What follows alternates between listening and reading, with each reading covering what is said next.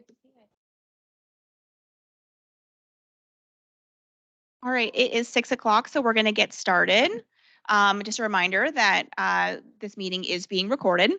First, do I have a motion to adopt the agenda as written? Do I have a second? Second. All in favor, say aye. Aye. Any opposed? Do I have a motion to adopt the meeting minutes as written? Motion to adopt. Do I have a second? All in favor, say aye. Aye. Any opposed? We're going to be moving on to public comment. Welcome. I'm Debbie Brimacombe, and I learned that you are looking for liaisons with other organizations. I'll have you sit down and speak into the mic so the people online can hear you. Okay. And I would like to be considered as a liaison for the Columbia Soil and Water Conservation District. I came here tonight to present something about the the emerald ash borer. Yes. But I thought I would just tell you a little something about the Soil and Water Conservation District.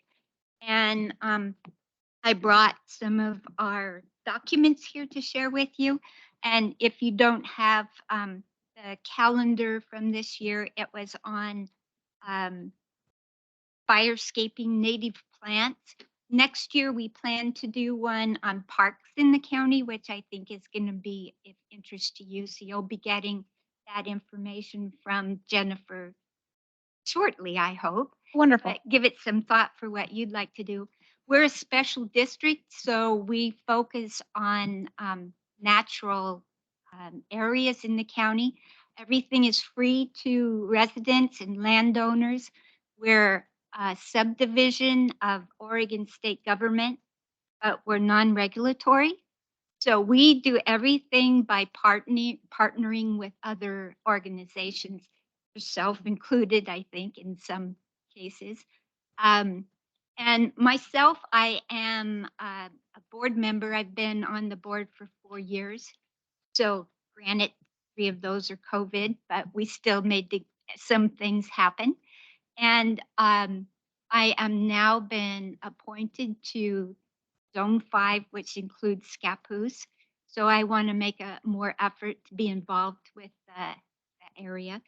And one of my projects right now with the Columbia Soil and Water, I'm mainly involved with outreach and education.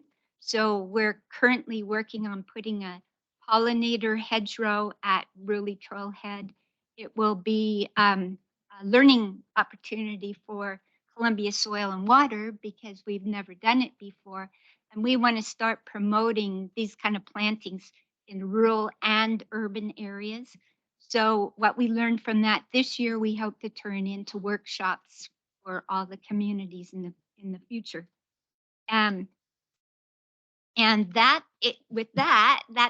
all I have to say in this part, but later I hope to talk to you about the beetle and also your Earth Day celebration I'd like to be part of. Oh, wonderful. Okay. Yep. That will be at the end of our evening tonight.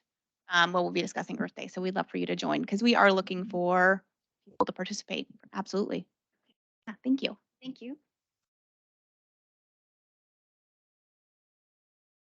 Mr. Meisner?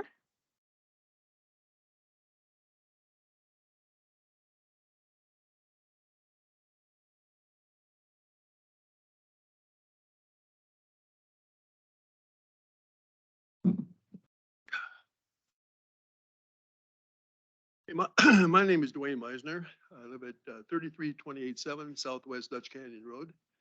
And does everyone have one of these handouts? Okay, good.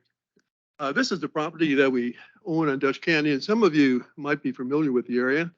If you go down Old Portland Road and make a right turn in Dutch Canyon, we're the 4th house down on the right. People with the daffodils in spring and the trees all year long.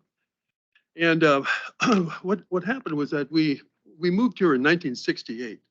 In 1968, we rented for a couple months and we bought what is labeled number 1, a 2-acre plot. As time went on, we were able to buy number 2, which was also 2 acres, and number 3, which was 2 acres. So at the present time, we have approximately somewhere between 5.5 acres and 6 acres. And there's what is labeled A belongs to my son, who is also here, and that's approximately, again, 1.5 acres.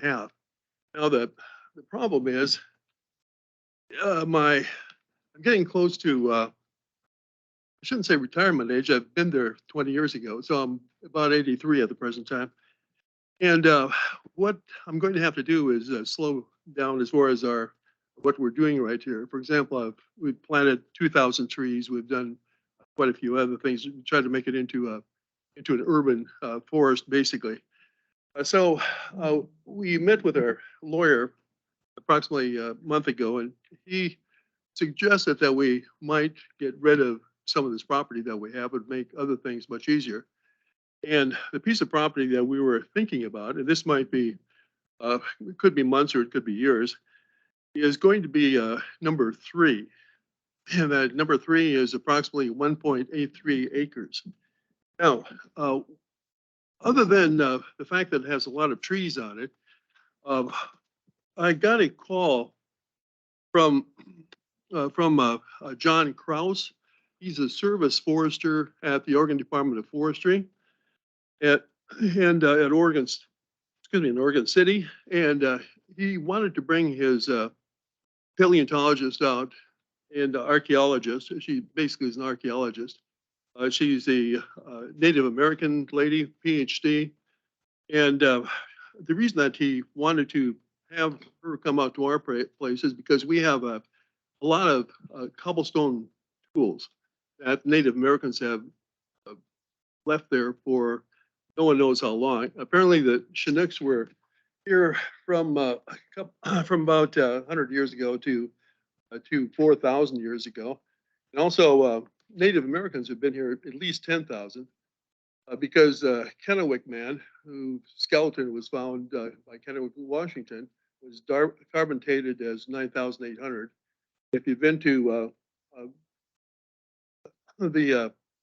this one area in Eastern Oregon where they found the sandals were carbon dated at 10,000 years old. So we have no idea how old they are, but we have quite a few of these things that we have found over the years. And the reason we found them, of course, is because I had to plant 2,000 trees, and I'd dig 2,000 holes and put them in. And if I hit a rock, it almost certainly was one of these cobblestone tools, because we have no natural rock in that area, because this area has been laid down by the Brett's flood. So that is another attraction that we have. And also the next thing, some of you might know who this lady is, Cindy Eade. And this is the article that appeared in the Spotlight. Our property, as far as the Indian artifacts are concerned, really is not special, because what happened was that the Indians came up and they were from where McDonald's is now, probably all the way down to South Scappoose Creek. But all the other property is overlaid with homes at the present time. That's going to be lost forever. And what we want to do, we want to make sure we keep this basically the way it is. And it's going to be a little bit difficult to do that because there is a lot of pressure to put in housing developments. And the last thing is just a picture that occurred in, it's called Our Big Backyard. It's something put out by Metro. I was a site monitor for Metro for about 6 years. Down right across from where the golf course is, there's a couple hundred acres that belong to Metro. And so they still send me their material. And these are Heron artworks that are made by Native Americans. And what I'm searching for is actually more ideas. And that's why I'm here to ask you if you would be interested in coming out to our place sometime, and not necessarily when the weather is like this, because when spring comes, if you could just give me a call, and my name and number is on the first page, And either one person or a group of individuals can just come out. I'll show you what it's like. I'll show you the artifacts, and sometime in the future, it's very possible that we would come to the conclusion that the best thing for the property is to donate it as a, hopefully as a nature park, a children's park, something on that order. So are there any questions? I have a quick question for Isaac. Isaac, what is the, technically, we all couldn't go out there at the same time, or could we?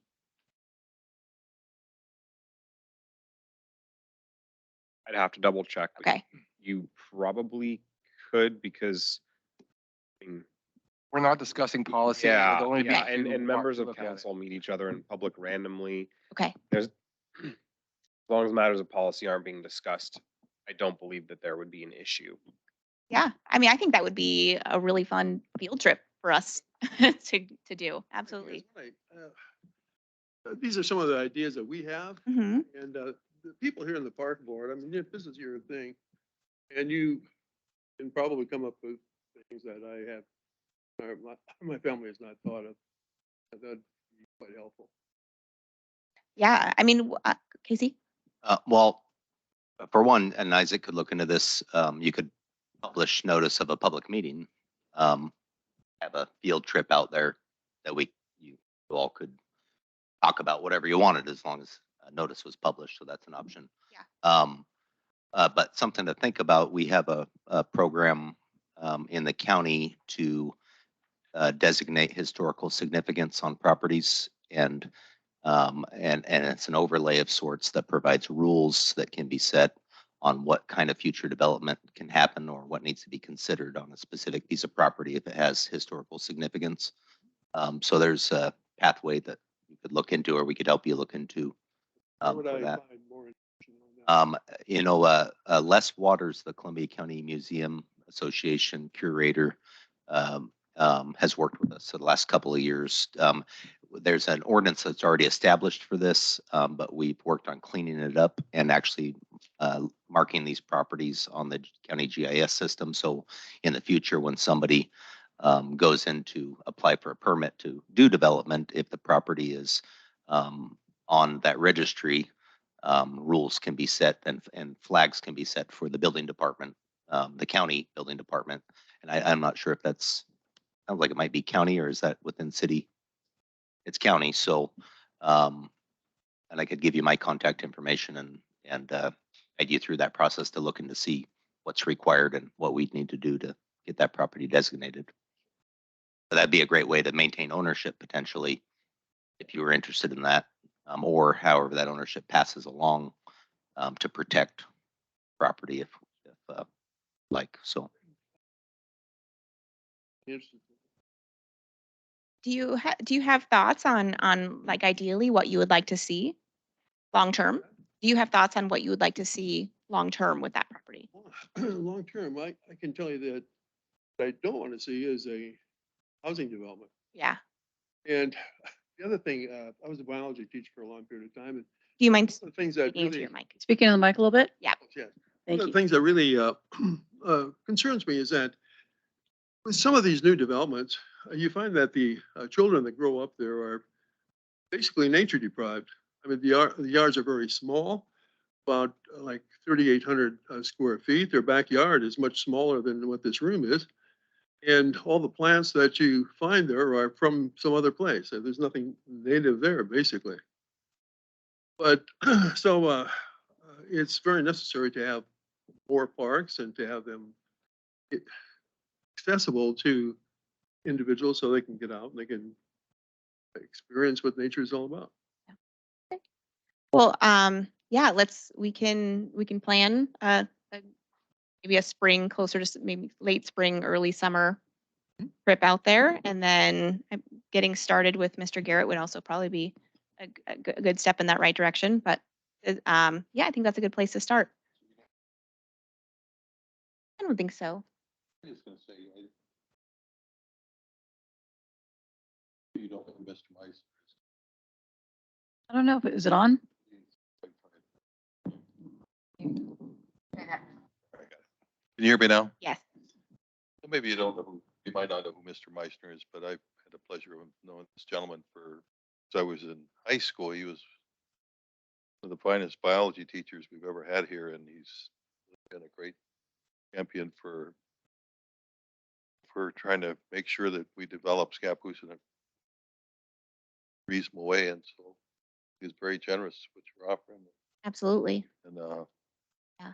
I think this could be a real treasure. You know, it's hard finding property, as you all know, to have somebody generous enough to consider donating it to us. Really appreciate that.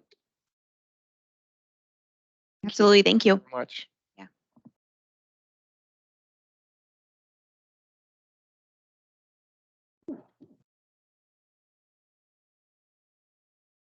Do we have additional comments?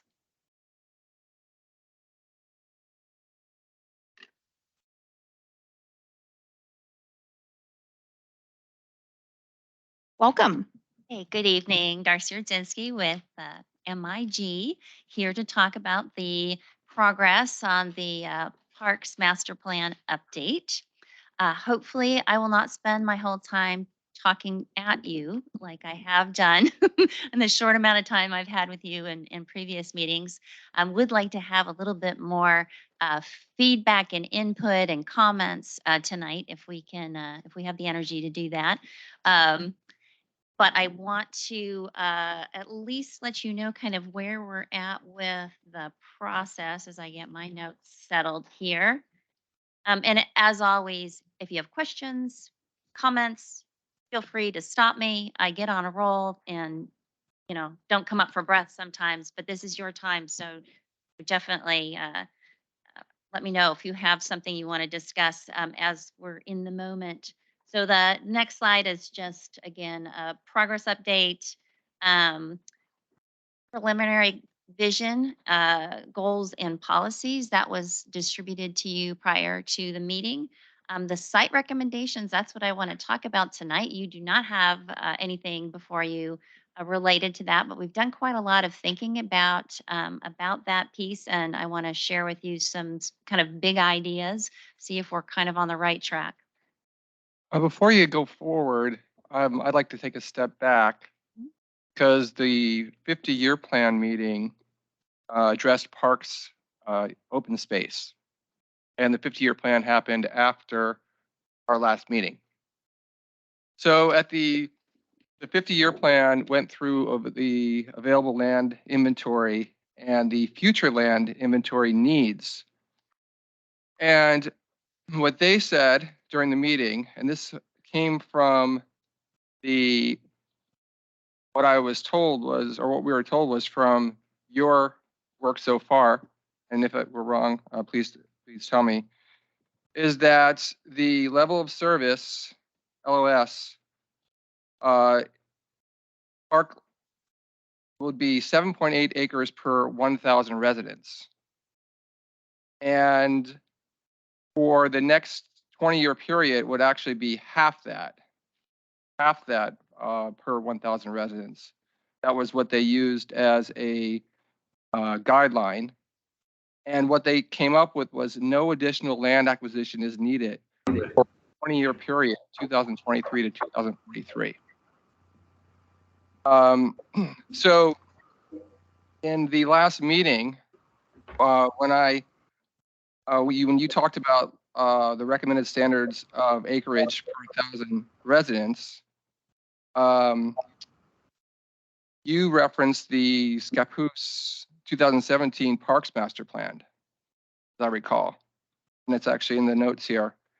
And that was a recommended standard of 6.25 to 12.5 acres per 1,000 residents. And we were falling short of that in the 2017 master plan. So what you had said, and this is from the meeting minutes, page 2, was that you had gotten your guidelines from the master plan. So somewhere there's a disconnect because the 2017 Parks Master Plan outlined up to 12.5 acres per 1,000 residents, yet the 50-year plan is specifying 7.1 acres per 1,000 residents, but for the next 20 years, only half that, 1,000 residents, equaling no additional land acquisition is needed over the period. It's concerning because we have goals around pocket parks, walk to parks, etc. Trails are part of the level of service. And so there's somehow kind of a disconnect. Secondarily, because there's standards, national park standards, etc. But just for my own benefit, I looked at the Sandy Parks Master Plan.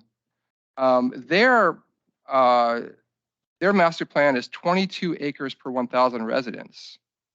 And that was actually their old master plan of 1997.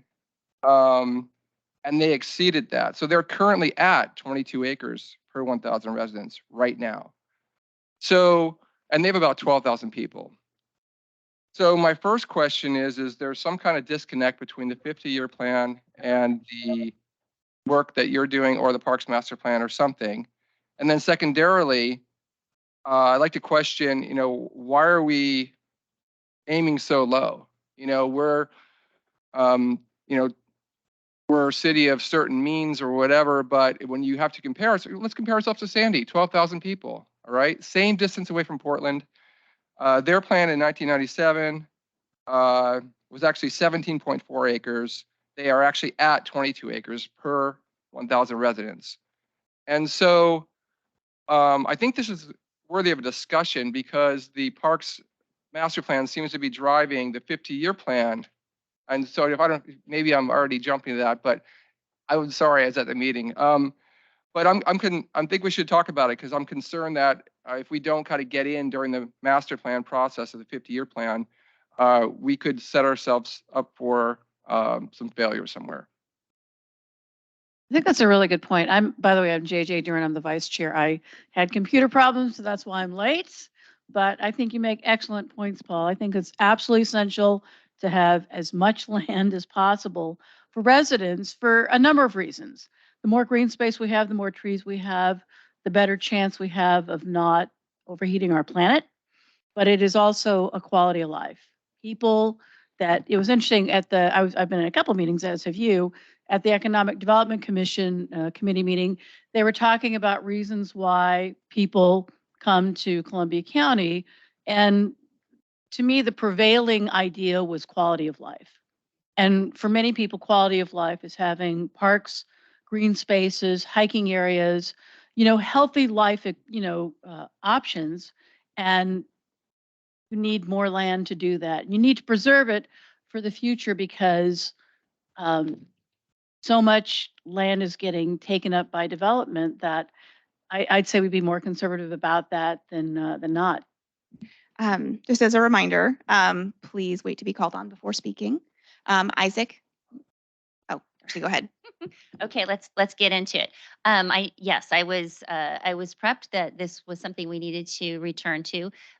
We talked about level of service analysis as part of the needs assessment last time you met, and I was here. So if you want to read about kind of why the methodology and the conclusions, it's page 19 of your needs assessment. So that was in your prior packet. If you don't have that tonight, you have something to kind of go back to and consider. So let's talk about the existing or the adopted level of service guideline. That's 5.4, and that's from your adopted parks plan. What's being proposed is a bit more ambitious, more parks per 1,000 people, and that's the desired level of service, 7.9. It is still lower than many jurisdictions of your size, 20,000 and less, basically. However, while having lots of land, natural areas, park space is definitely desirable, you also have to maintain that land. So what we've done with this assessment is we are recommending that the city adopt a new target, but one that's realistic, related to your funding, your current funding. We will be looking at funding availability, kind of what you have to work with on an annual basis, as well as sources that you might consider going forward. That's kind of next steps. So I don't want to get into that too much tonight. Um, but setting a standard, it's really just that. It's really up to your community and what you want your community to look like and where you want your community's funding to be put towards, right? It's that whole package. So it is definitely a policy decision that's appropriate to adjust and to make with the adoption of a new parks plan. So this is the time to have that conversation. So what we hope to do is to explain a system, a park system, and that has kind of a realistic outlook as far as being able to achieve it. So we're moving towards a future system that's supportable, and that's kind of what we're proposing as consultants, um, and one that you know basically is matched up with your funding priorities or availability. So we're going to come back around to this. This isn't adopting this now for sure, but it's something that we can come back to after we kind of present what your funding availability is. Oh, go ahead. I think that mentality is, to be honest, a loser mentality. And I don't mean that I don't know what other word to use, but looking at our current funding and then looking at the next 20 years and going, well, we only have that much funding, so let's not put a goal out there that the community would like, or what we're hearing from why people are here, versus the opposite, which is let's put that goal out there and then let's work to get that funding. I mean, we have a $44 million budget. I know things have to be carved up a certain way, but that might mean, for instance, that, okay, some things may or may not happen. But if it's a priority to the community, we will at least have that goalpost there for us to aim for. Go ahead. I was just gonna say, now this isn't all inclusive, is it? I mean, I don't see Chapman Landing up. Did I miss it? Can you speak a little bit more into the mic? This list is not all inclusive. I mean, you mentioned pocket parks and then there's Chapman Landing and then other properties. I'm just curious, are those? Okay. So with your leave, I'll explain a little bit more of what's entailed in this, Okay. Eve Wright. So as part of the needs assessment, we outlined your parks by type. So Chapman Landing is under the special use sites. So none of actually all the developed parks are not named in this, but they are all included in the park type. So what is named in this are your undeveloped parks. And so what this methodology does, it basically identifies the net future need column. That's based on the methodology, based on your level of service. You have a deficit of a certain parklands. However, if you develop Grabhorn, for example, as a community park, you basically take care of that deficit. If you develop Commerce Drive property as a special use park, you take care of that 14.1 acres deficit. You could also take care of that through developing Vista, the Vista property, and we'll talk about that a little bit tonight as well. So what, and I believe that the 50-year look conversation came to an incorrect conclusion in that you do have a deficit of neighborhood parks. So along the neighborhood parks line, basically the recommendation is explore options to acquire neighborhood parks. So you don't have that type. You don't have enough of that type of facility for your community per the analysis. Do you have enough land? Sure. Is Vista going to be a neighborhood park that's going to serve your southernmost, neighborhoods? No, it's not going to serve those neighborhoods as a neighborhood park because it has its special characteristics. So that's the conclusion of that, and just a little bit of a tweak to what the 50-year look conclusions came to. I do, I'm a little confused here too. I don't want to complicate things. I'm just looking at the same chart. Looking at the same chart. One, your needs assessment. I did have a copy January 12th. And then you have it up.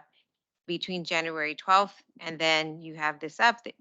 There is on January 31st, we have another on the 50-year packet. The same chart, a little bit, but the numbers are different. Tiny bit different. Yeah, Uh, okay. And yes, so that's, I you guess, are our correct. So I guess that's our confusion when we're trying to. It was a coordination glitch between the two consultants. So they got the numbers from us. We updated the numbers right before we came to you last time, and that describes or explains the discrepancy. It's not a lot, but it was a change that we made, but we did not communicate that to them in time. Yeah, because the total parks here on the 50 years is 44.7, and here you have it in the needs assessment, 92.7. That's Right, and I think that the developed park subtotal is 46. I think that's the line. yeah, and this And the city parks total, I'm not sure that they included, again, I'm going by memory. I'm not sure that their chart included the undeveloped parks. no, they have a slot, but they don't have a number. You're right. They don't have a number. Yeah, right. It is the same analysis, but we updated our numbers slightly, and that describes the discrepancy. But it's not too far off. But their conclusions, as far as no parkland is needed, we did not come to that conclusion based on the type that you need. And then again, we'll look at that map as well as start to be. Thank you. apparent. Did you? So I think I'm the only original park committee person still here and got drafted in the VP position. But, you know, when we did the original master plan with was he rare? Was he a rare, great guy? But obviously a young man and there was a lot of excitement about doing all these things and not having the money. And the whole time I was harping, because I'm a very successful entrepreneur, it's like, this is great. If you don't have the money, it's not going to happen. But I also think that I think Scappoose is going to continue to grow as a community population wise. And I believe that there's going to come a point where we'll have to form a parks and recreation district and begin to do property taxing. It's just going to happen. And I think that needs to come into play and actually develop a real parks and recreation area where we have staff on, you know, with the city of Scappoose, can really develop more facilities. And that has not happened yet, but it will come. I'm sorry. Isaac, you were first. Yeah, so, you. just want to make comparator cities. Paul's right. You know, Sandy's 12,000 people. That's 1.5 times our size, and that's not really a fair comparison. I get that they have a great park system, but you know, at 1.5 times, that's astronomical. I mean, that their budget's probably 1.5 times at least. So I just want to make the point that when we're looking at comparator cities and what's possible, we really need to be careful at what cities we look at. And so there's a list of cities we do look at. We look at cities within 10 percentage points plus or minus population. Cities that have a similar tax rate. As all of you know, in 95, tax rates were frozen in time, and every city had those set. And so even similarly sized cities don't have the same rate. We have around 3.2%, so $3.2 per thousand. Some cities our size have 6. That's a double difference. We're talking about a doubled size budget from taxes, and all these things matter. So I just wanted to say that, you know, I appreciate that the committee's looking really broad and shooting high. I think that's phenomenal. But we really need to also be mindful that when we're looking at these other cities, they're not always good comparators for Scappoose because they're just not. Paul, go ahead. Their 1997 plan was 17.4 acres. And their, in 1997, they had 5,000 people. So yeah, let's look a little deeper at the data. And of course it's per thousand. So I mean, it's already a ratio. You know, it's not just 17 versus whatever. So we're already way less than the 1997 Sandy plan, who had 5,000 residents. So I agree. But let's look a little deeper at these numbers, because the 50-year plan is allocating property. It's looking at changing zoning and codes. And we may never have a chance again. And to make funding a linchpin, as JJ said, there are other means. And maybe that is the point that if we want to have this, we'll have to grow up a little bit and have a Parks and Rec, Parks and Rec department with a real funding mechanism. But to make that why we're going to put such a low level of service, I think is a mistake for the citizens of this town. Something real quick. So since the 50-year plan did get something that said we don't need to acquire new lands, at that, and they are making those decisions, that they are getting an updated version of this, correct? Okay. They have. With that, okay, good. So I don't want to spend too much time on here because we have a lot to cover tonight. So I do want to put a pin on this because we are not making the decision for this just now, correct? Okay. So, but I do think it is good discussion and something that we should continue to consider. But let's stick a pin in it and move on for now. Okay, well, let's definitely move on. The previous slides were about the document you have tonight. It is basically a comprehensive plan level goals, policies, action items, updated for this new review of your park system.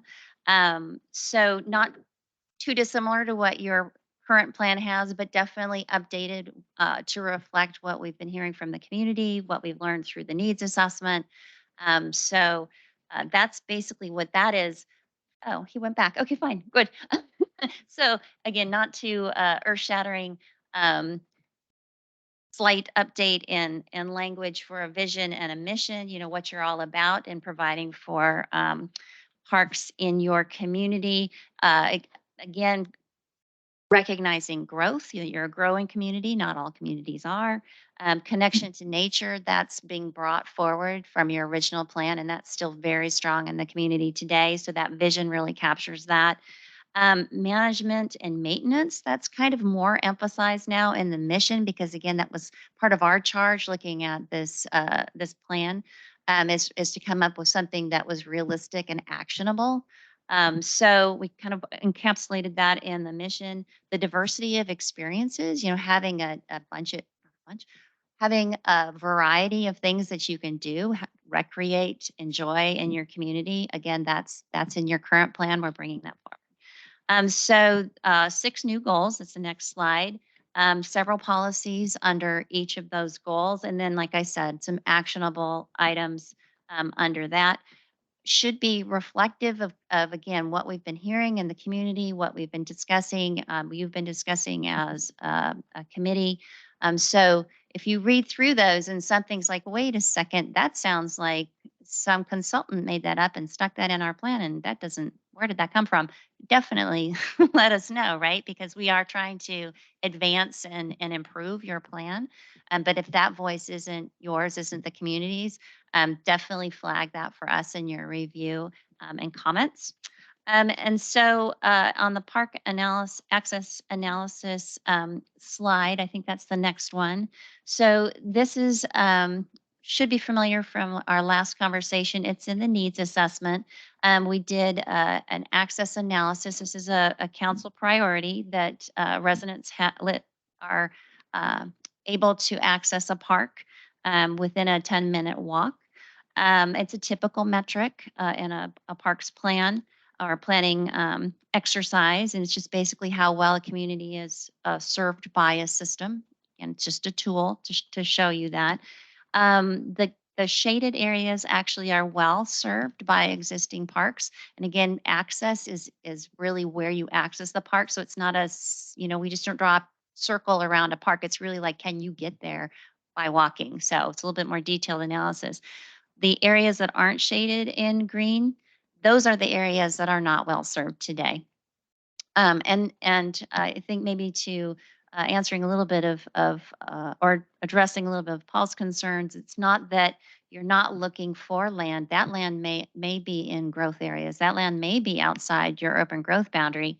But the 5 circles really are where you don't have a neighborhood park, right? You have residential areas today, also areas that will be growing tomorrow in the future as part of the 20 and then 50-year growth pattern. So those are the areas to look for opportunities and land acquisition. Again, pursuant to this analysis, it's a tool. The way it works with the policy document is goal one is provide a well-distributed, well-developed parks system for all residents. That's the overarching goal. The policy is strive to identify, acquire, and develop new neighborhood parks within a 10-minute walk of all residents, right? That's the policy. The action is prioritize land acquisition in those areas. So that's kind of how that leads the city to have supportable actions, right? Not only has guidance on where you're headed, but also, nope, we said we were going to do that. That's in our plan. Let's put some, some effort behind it. Next slide is parks level of service, which we have talked about again as a guideline, as a policy guideline. The city can definitely set a different policy, but it does suggest the amount of land that you need and the amount of land you need to develop and maintain. So let's go to the proposed system map. All of this is really leading us again to, well, then what is our system? Where's our efforts going to really lie in the next few years? This is a proposed system map. You'll see the AD is acquisition and development, neighborhood parks. That's consistent then with your walk shed analysis. This park system that you already have, you've got it color coded, community parks, neighborhood parks, linear parks. You already have those. Then you have a couple properties that are not yet developed, but the Commerce Drive property, the Grabhorn property, those have Ds on them. Development of existing underdeveloped parkland. So that again is kind of the action.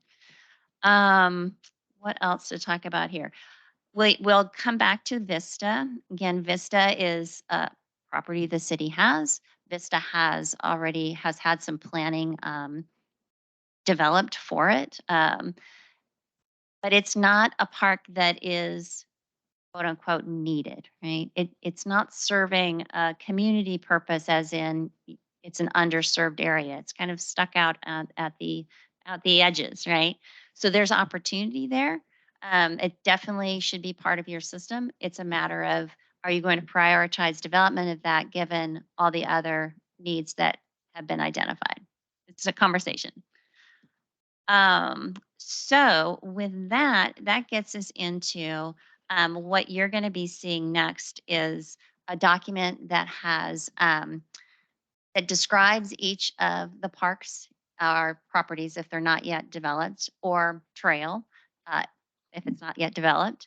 And it will have a vision statement for each of those facilities. And then it will have a list of basically action items, like what is the city going to do to enhance, to preserve, to maintain, to develop these areas. So that's what I want to introduce to you tonight.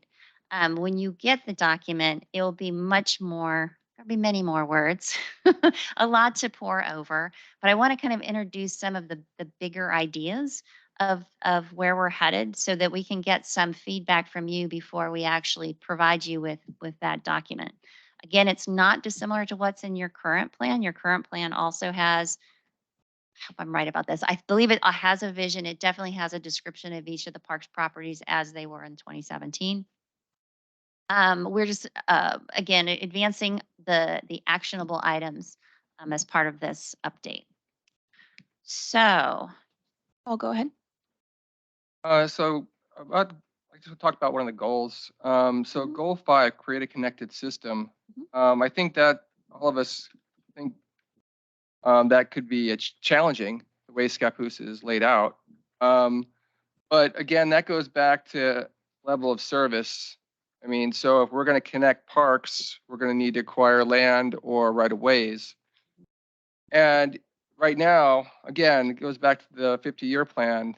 I mean, we have to specify that we need more land acquisition, and the level of service guidelines are too small, because we'll never hit goal 5, because we're going to, provide a connected trail system, trail amenities, connect trails with bikeways, whatever, we'll need to acquire properties or at least get easements. And the LOS acreage is, trail systems are usually part of that.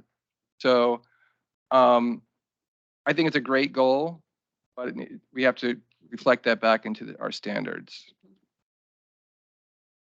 I didn't put a slide up for it, but there will be a site recommendation section for the proposed Scappoose Creek Trail. And one of the first recommendations is acquire or obtain easement. So you'll see some of that reflected in that facility, which is adopted as part of your transportation system plan, but also doesn't have a lot of detail or what next with it, right? It's a line on the map. It's good to have. Clearly, the community, through adoption of your transportation system plan, has acknowledged that that's important. We're bringing that forward in this plan as well. So it's going to be in there in the site recommendation, at least for that major trail facility. Internal trail systems, those will be kind of assumed as part of the underlying parks themselves. And then I know that we've captured your comments about actually connecting all of the parks, and that is not, those are not lines on a map yet. Go ahead. Just real quickly, I know we're going to talk about it a bit, but there was a lot of work done. Actually, Isaac, that's how we met Isaac. He did a study of that whole south trail. So I think there's a lot of good information. But also, Vista, there was a whole walking trail system laid out there too. So I would hope that would be included as part of a future trail. Yeah. It's really not really good for much of anything else. I mean, you can't put fields or anything. It's a forest, of course. Right. That's the conceptual plan was in 2019. So that was captured also in the needs assessment, just as related plans, like like the transportation system plan, and the fact that you have this conceptual plan for Vista, and that conversation of kind of how to acknowledge and incorporate those ideas, including what we do have from Isaac's work. That again will have to be part of the conversation of how that gets captured in the plan, and really to what actionable level. Like, is it just for, well, that's good to know, but we're not going to really program and start putting dollars towards it, or is it really a high priority, again, above all the other priorities? So we'll be getting that. DJ? I think another thing to consider is the fact that more and more people are investing in electric bikes. And in fact, the Oregon legislature has a bill going on right now that would provide a $1,200 rebate for electric bike purchases. And so I think, and that provides opportunities and challenges for parks. If you have somebody on an electric bike going 25 miles an hour down a trail, that's a problem. But that also provides greater accessibility to parks and also solves a number of parking issues that I know we've discussed extensively regarding Vista Park. So I think that needs to be really taken into serious consideration. Okay. Paul? The current master plan also called out some property north of the Vista property, all the way down to I think the highway, as a possible acquisition. And you'd make a parking area down there, and that would actually be a trail system that you would walk up. They actually outlined 3 properties. So kind of north of the Vista property going north. And they're actually outlined in the plan. I just looked at it today. So again, that was ambitious, but really cool idea, because we know there's problems. And at the same time, most hilly trail systems, you start at the bottom and you hike on up, which would actually be really cool for Vista. So I don't know if you had a chance to look at that, but those are the kind of things I think about 20 years out, et cetera. Maybe we can get that into this plan as possibilities. Thank you, Paul. So let me do a time check, because I'm going to start going to slides that have the parks. At 7 o'clock, I will make a motion to continue the meeting. Okay, good. We're not going to turn into a pumpkin. Okay. So again, if you don't have an interest or you don't have anything you really want to talk about, just tell me like, let's move on. We'll go to the next part, right? So the next slide is Veterans Park. Um, so the idea with veterans, well, first of all, it's your most visited park besides Crown Z Trail. This is the park that people go to. And the idea that it's in close proximity to the Grabhorn property and Chief Concomly, it really is an opportunity to just be a premier site for the community. And as you grow and you have, concerts in the park or movies in the park as you do today, you're probably going to want to be looking at a larger facility to hold those folks, their cars, the events that you want to see. So the idea is to really to think of those three parks together to program activities with those three parks in mind as kind of a unit. And then, and I should back up a little bit. Our parks designer on the project really felt like there was some underutilized areas, some areas that were being used for sports fields that weren't really, meant for sports field necessarily. So there's an opportunity to provide for more active and use in the park. And then paths to the creek, enhancing the existing playground. She noticed that it's not really it's not up to the standards really that she felt like this community would really deserve. And so she's looking at active play areas and really redoing that uh, playground again, future. So those are kind of the big ideas for veterans. Go ahead, Paul.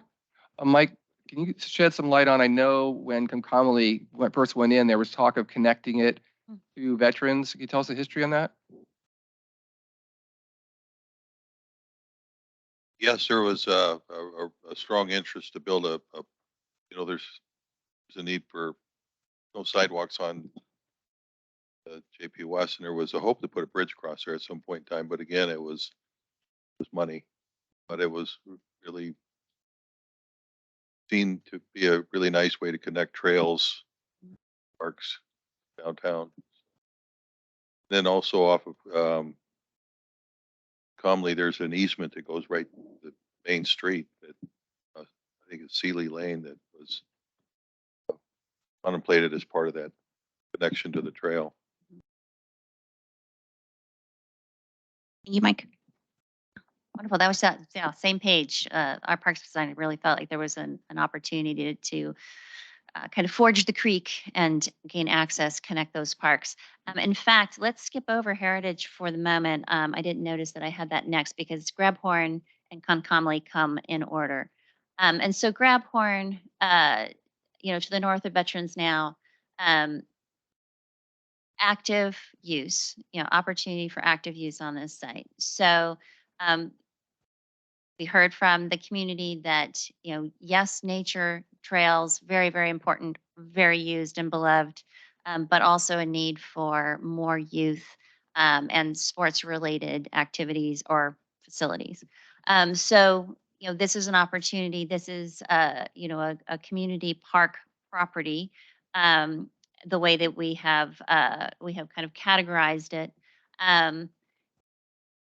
The right mix of uses, clearly still a community conversation that hasn't been 100% settled.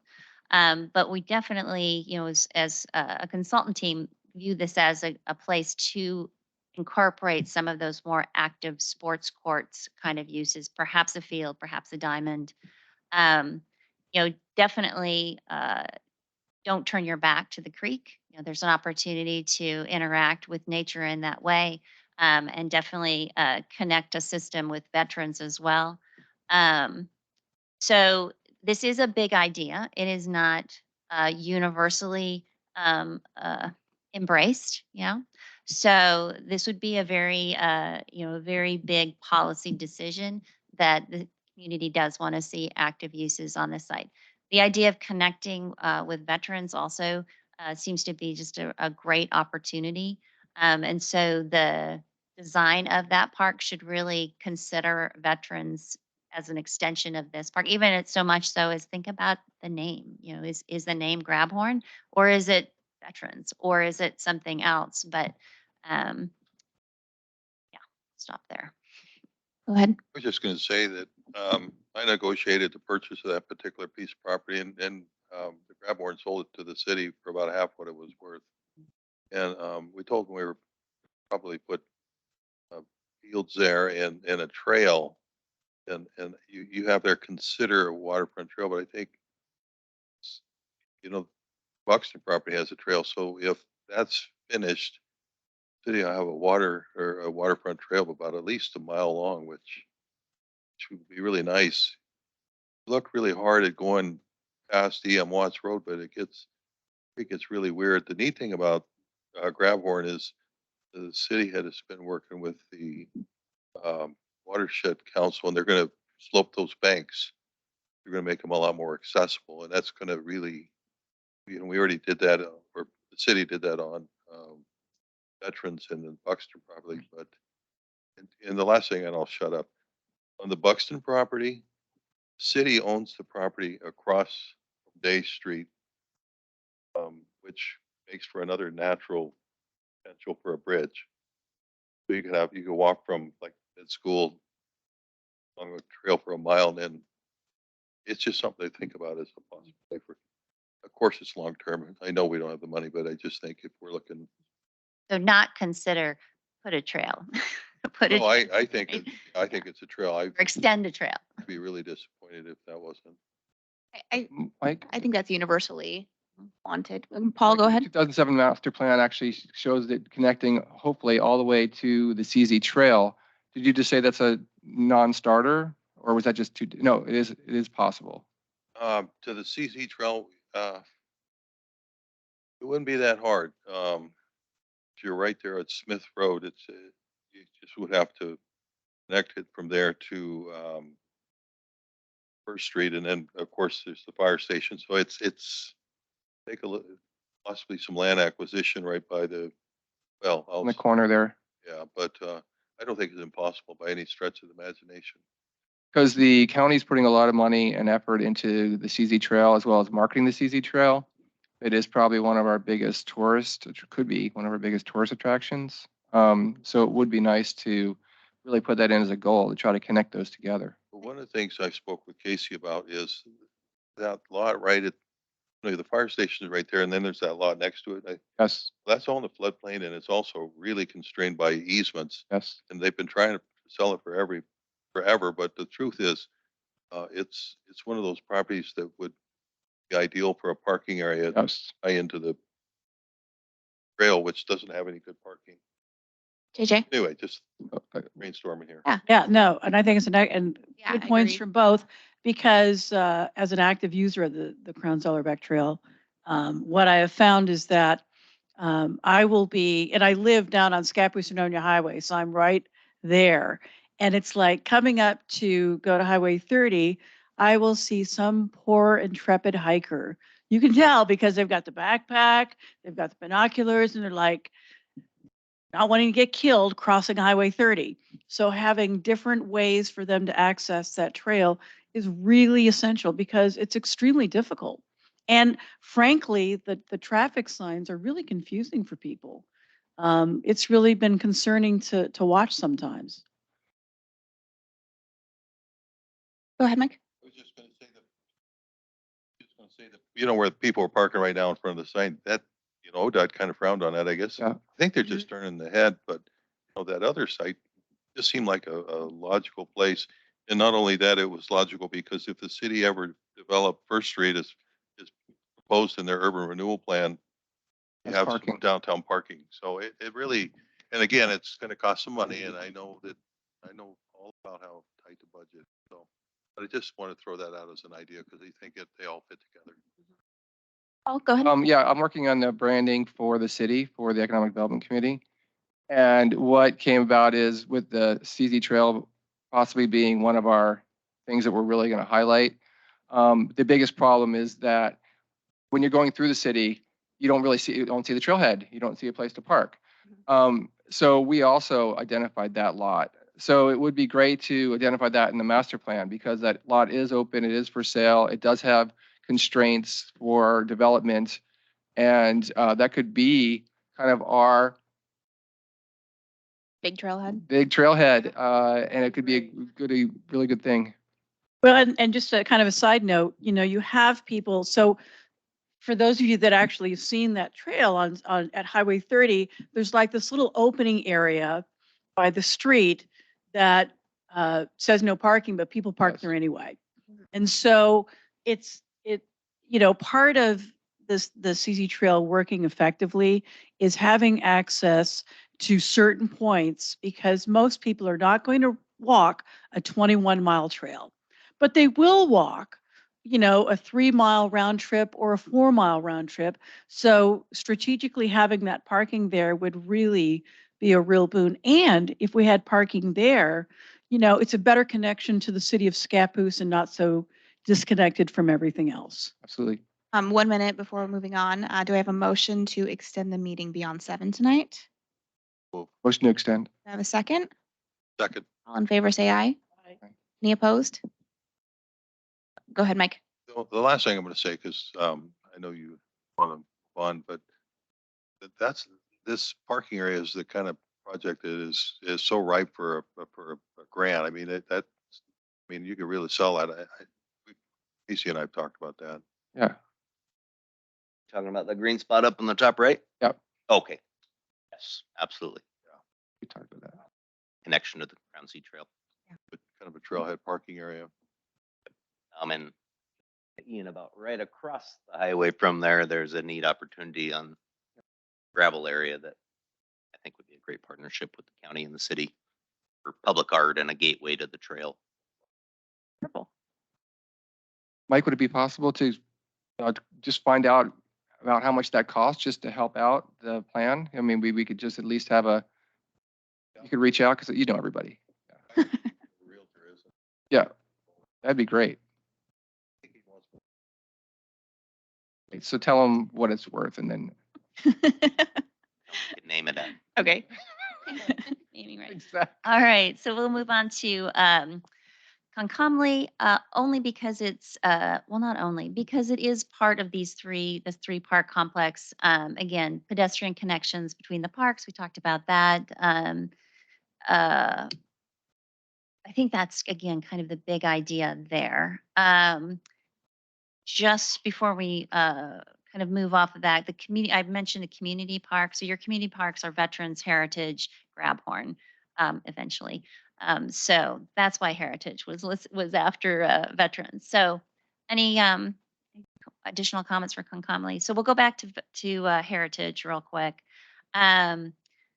So again, almost this idea that you may, in the 20-year time frame, kind of outgrow that park as it's being currently used, right? And to sort of think about it as more of almost a specialty area with the skate park and something for the teens to have, kind of improving that environment for the skate park.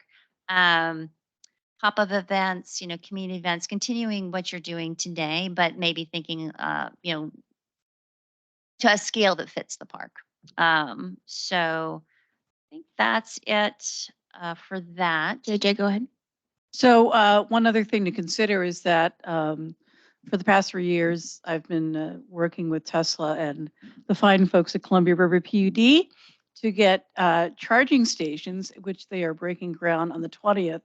So that means that we're going to have 4 Tesla superchargers, along with, are they 2 or 2 chargers, and they will all be able to be used with any kind of electric vehicle in front of the library. So that is going to be a real boon for that area economically wise, because people have to wait 20, 30 minutes to get a full charge so they can enjoy the park, they can go to the library, they can go shopping. But more than that, Highway 30 is a great alternative road to get to the coast, unless you like waiting a few hours on Highway 26 on the weekend behind the campers. So You know, and the problem has been, at least for electric vehicles, is that there's not been any way to effectively charge a car unless you drive out to the interstate at Kelso and charge, which is really inconvenient. So having that so close to Highway 30, having it be in proximity to real economic growth for that area is going to be really important. And I can say that for the movies in the park that we've been doing the past few years, I mean, last year we were averaging 500 people. And it was crazy. And so parking, you know, was a real issue, which hopefully now more people will get electric bikes and help with that. But yeah, and it's a great park for that type of activity. Okay. Miller Park. Miller Park was really intriguing when we were out on our tour back in August. It really captured our imagination. I don't know, maybe we were just intrigued by the planes flying over and thought there was a real opportunity to connect whimsically with the design of play equipment and things to kind of cue off of the flight patterns. Um, the way our designer was thinking of Miller Park was really this is the living room for this area, right? This is a place where the kids can go and do their homework after school, where the potlucks could happen. So really just enhancing that park to be more of that, more tables. You know, definitely keep the basketball hoop, well, it's court, it's full court. So again, these are kind of just a sampling of the bullet points that you'll see in the document. Um, any questions or comments about Miller? That's the park that we primarily use in my neighborhood. Um, the basketball court is widely used, and there has been discussion about potentially covering it, so it could be played year round. And that is something that many teens, they would use it year round, without a doubt. So that is something that we have discussed in here. I love the idea. I mean, it is just a nice park to just go and put a blanket out and just let the kids play. And it's relatively quiet. And a lot of times people will kind of like start at the park and then decide to take a walk down the CZ Trail and then come back. And there are birthday parties there every weekend. So yeah, I think more seated sitting area would be lovely. Covered spaces would be lovely. And I really like the idea about the trees and the plantings in the park as well. Just Yeah. another and I think those are really great suggestions. I think the other thing that Kara touched on, which I can apply to all of our parks, is the fact that with climate change and the fact that 2 years ago we had 116 degrees on a summer day, we need to really address how we provide additional shade for people, whether that's trees or covered picnic areas, so that people can actually go outdoors and enjoy it and not have to deal with that issue as much. One thing to note about that backspace, a lot of people have discussed maybe putting like a dog park there, or I don't know if that's where trees and plantings would go, but that is highly used for soccer practice, um, for the younger groups, just as a heads up. Paul, go ahead. Speaking of dog parks, I mean, there was a great need for a dog park on that side of town. Is that in your plan anywhere? Yes. So here's let's go to Commerce Drive. You skip down a couple slides. So yes, that was definitely identified as part of our smaller group conversations early on, our quote unquote stakeholder interviews or discussions. So uh, this was something that we talked about collectively as a consultant team. I was kind of surprised about a dog off leash area, and when I saw that kind of in uh, Chris Frank's notes, I was like, no, wait, it's nature. You know, dogs are going to wreak havoc. She's, well, think of 1,000-acre dog park on the Sandy River Delta. Okay, now 14 acres is nowhere near that kind of land. Um, but that's a concept that obviously is very well used and liked for the dog walking set. So that's an idea for Commerce Drive. It is, in an area that is a little bit, off the beaten track, at least right now. Um, but that's thought. Uh, so I think we had looked at it with one of the primary leaders of the current uh, he was the representative for the dog parks for our Grabhorn Ad Hoc Council, and I think it was a little bit too wetland for dogs. He didn't feel like it was going to be appropriate at all, because we were hoping to earmark that space for a larger dog park, and that it didn't seem feasible. And but it is, I agree, completely agree with Paul. Our dog park is too small currently for the amount of dogs, and it gets too wet in the winter. And so right now people are just going to Grabhorn and just using it as an off leash area. But we see that, and then we see they go to the overflow parking in Veterans, and they use that. So it is highly needed, and I do think finding somewhere for an off leash area would be very popular. Anywhere else that's been discussed? But Miller Park was discussed for just a small dog area. Yeah. Which I think if we figured out another area for soccer field and had improved access for soccer, then the younger groups might not need to use that space in Miller Park, and then we could put a dog park there. But it's kind of like we need to figure out X before we can move on. I was just going to suggest that spoke a little bit with city, Alex, about possibility that right over here, the city owns the substation right by the market on the backside. Probably not going to develop that anytime soon, and that could be problem is it's zone commercial, so the city would have to do some zone, but I mean, there's a lot of neighborhoods in there and it would be a good pocket park. I don't know, for a dog park, pocket park. How big is it? It's pretty good size. Yeah, I think that would be something to consider. I mean, I think any opportunity would be really helpful, especially because there's apartments right there. Yeah. And so having a nice little dog park where they could bring their pets would be great. Yeah. So it's, you just go down Columbia, just about a block, and then there's that big station with all the electrical stuff right across that little store. Behind that, if you follow that block all the way down, we own the rest of that block. We spoke with our board that it's in an area where you get a lot of Yeah. people use it now, so maybe that could be a combination little park / dog park. Yeah, I think that would be great. It's an idea. Yeah.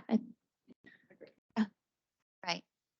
That actually is on the last slide as an other, good. another Okay, good. consideration. You have this whole thing already up here. I'm just trying to organize it in a different way, I Small town. think. Yeah, we So we'll loop back to that briefly Right. as well.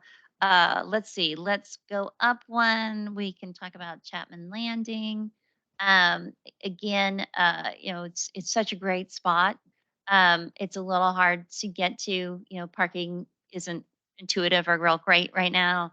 I think there's a porta potty out there now, if I remember right.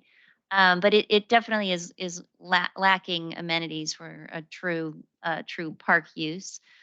So I think that the kind of the push and pull on Chapman Landing is just sort of the inability really, or the things that would prohibit really connecting that area to services. So, we thought, oh, you've got a bike washing station or something to rinse your, but nope, you're not going to have running water out there probably. There's an outfall, like a stormwater outfall that's right there. It's sort of like, well, that's not super ideal for launching boats, but there's probably ways of really maximizing that site for more active use. So, we've written some of those ideas down. Comments or questions about that?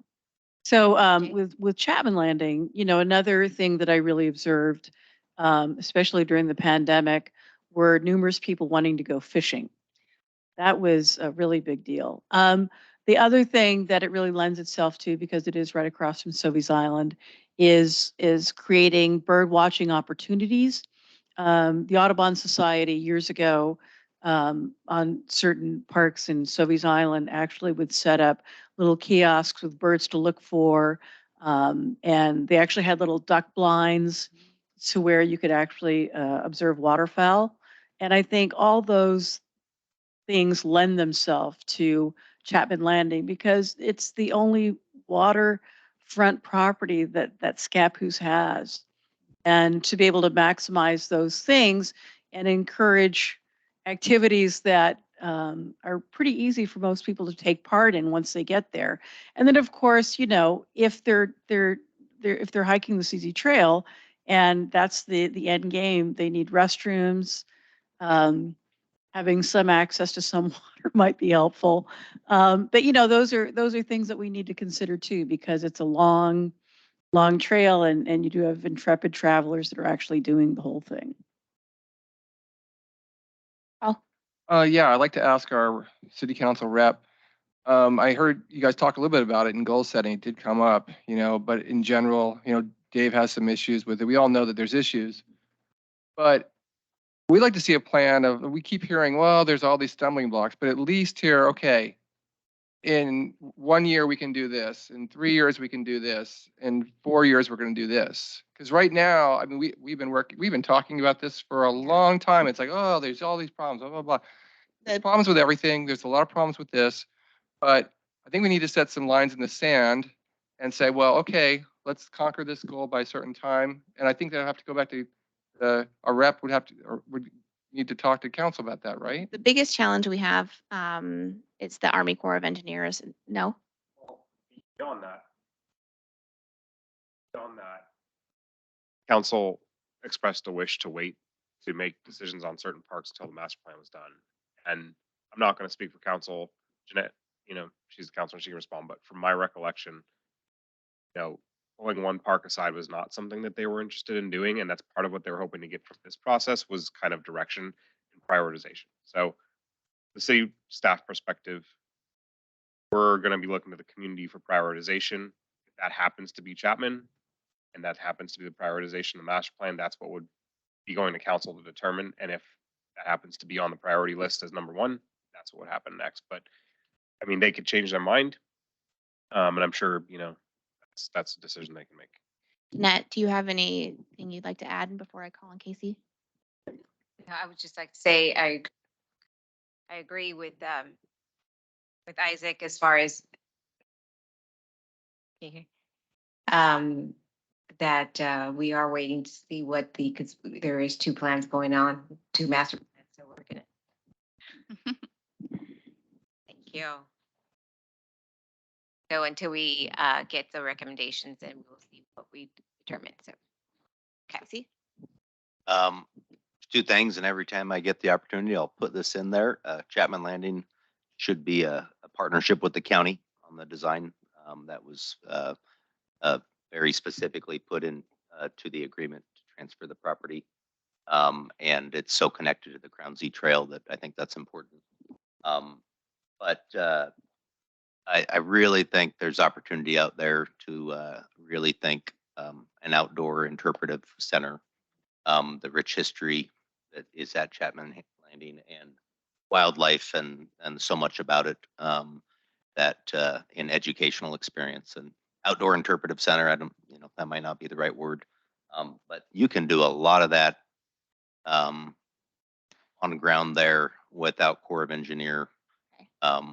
As long as you stay far enough from the toe of the dike, there's lots of land out there on that property that you could put things in the ground and really dress it up in a cheap way in the short term, that even could be modified in the long term.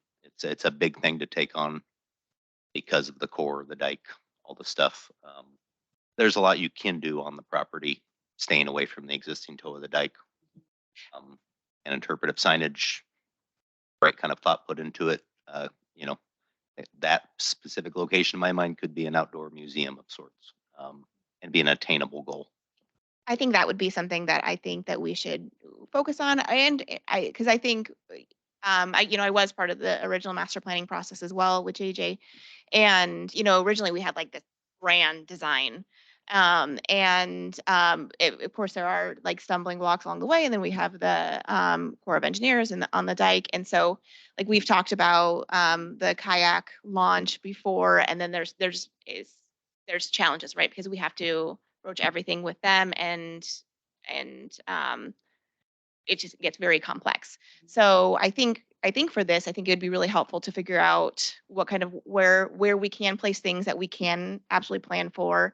And if we do want these bigger things, what would the protocol be so we're not just adding in like wish list stuff like we did with the original master plan and being very, very specific, particularly with this park, so that we can actually accomplish something.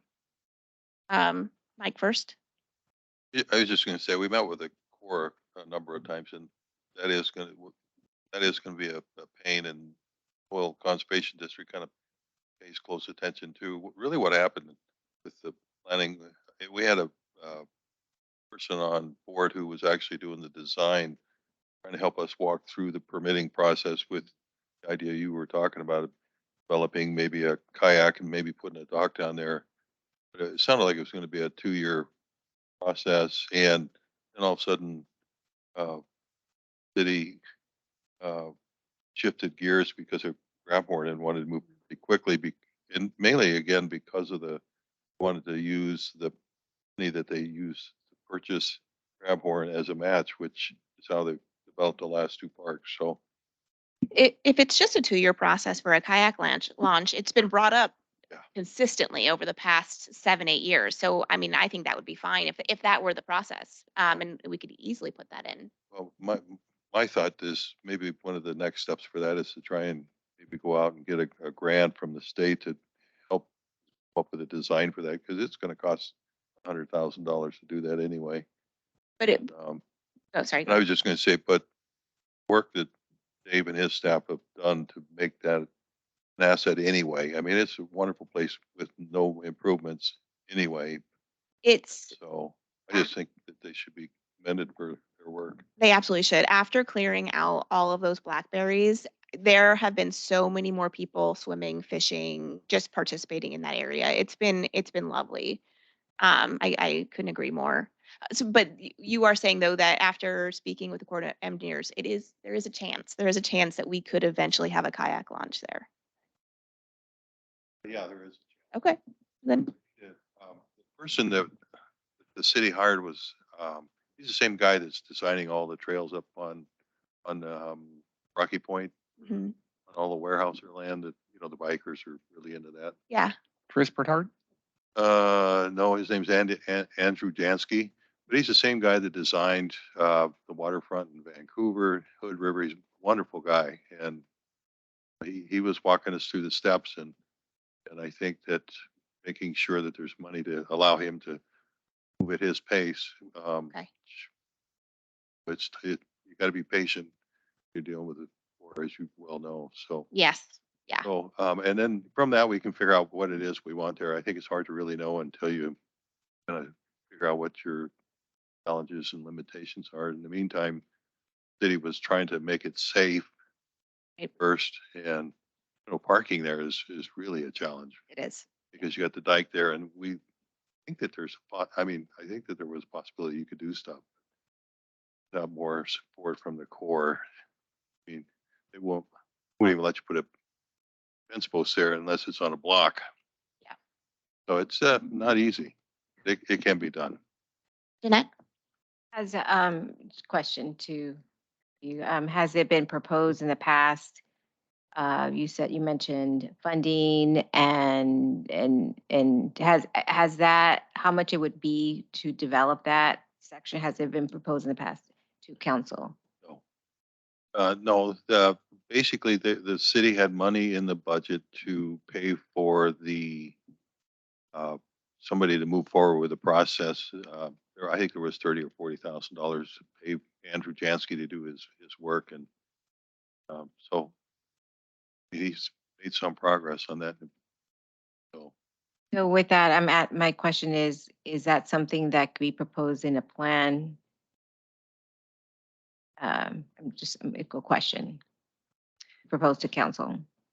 Yeah, I think that could be part of the plan. I mean, again, it'd be an action item that would set out your next steps, right, which would include kind of what you're talking about tonight. Um, The nice thing about a project like that is you got somebody like Casey that wants to partner, and it's something that would be of regional value. And those are the kind Absolutely. of projects that you get state funding for. Yeah. So, it's a little longer term, but it's very doable. But without a plan and Right. core saying, yeah, you can do this, no reason to waste your time to go to Salem. Absolutely. JJ? Well, and I mean, in talking about partnerships, as I've advocated for a very long time, I lived on Soviet Island for 17 years, saw the Audubon Society come in, clean up blackberries, actually put in really beautiful signage regarding birds and different nature activities that you could observe. And they paid for that. The other option to consider is Portland Community College. We've got a new director that I had a great conversation with. But because the trail is right along PCC's area, it's a really essential place for students, faculty, and workers there to be able to escape.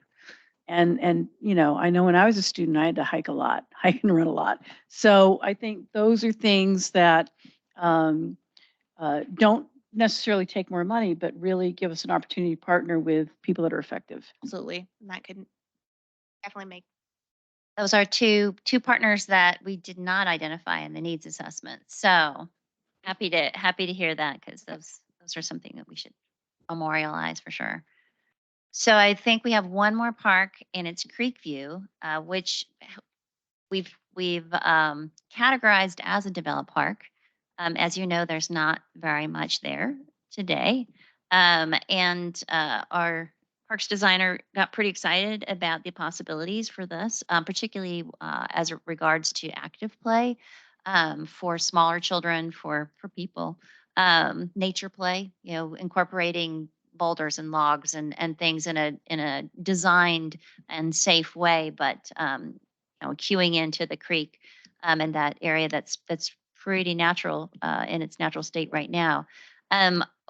I recall there being some challenges getting to the site because of topography. It dips down to the creek, and the idea of incorporating more parking on the site, I think, might be a bit of a challenge.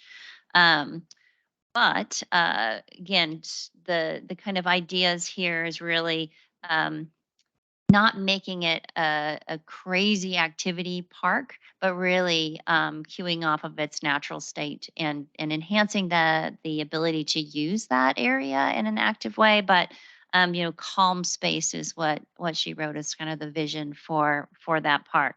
So yes, some improvements, and kind of geared more towards kids, younger kids, and then that nature play kind of concept for this park. Do you have a comment? Yeah, well, before you're done with this, I Okay. want to make sure before you leave, and I got to leave in a Okay, minute. yeah, There's one property I want to mention. let's go to the last slide. Just a comment on Other Creek- considerations, sorry. Oh, Uh, sorry. Just a comment real fast on Creekview on that. I think that's been something that having more natural play, or having at least one park with that's more natural play, has been something that we've also been talking about for a long time. So I think most of us would be in big support of that as well. Wonderful. Okay, other considerations, opportunities, second to the last slide,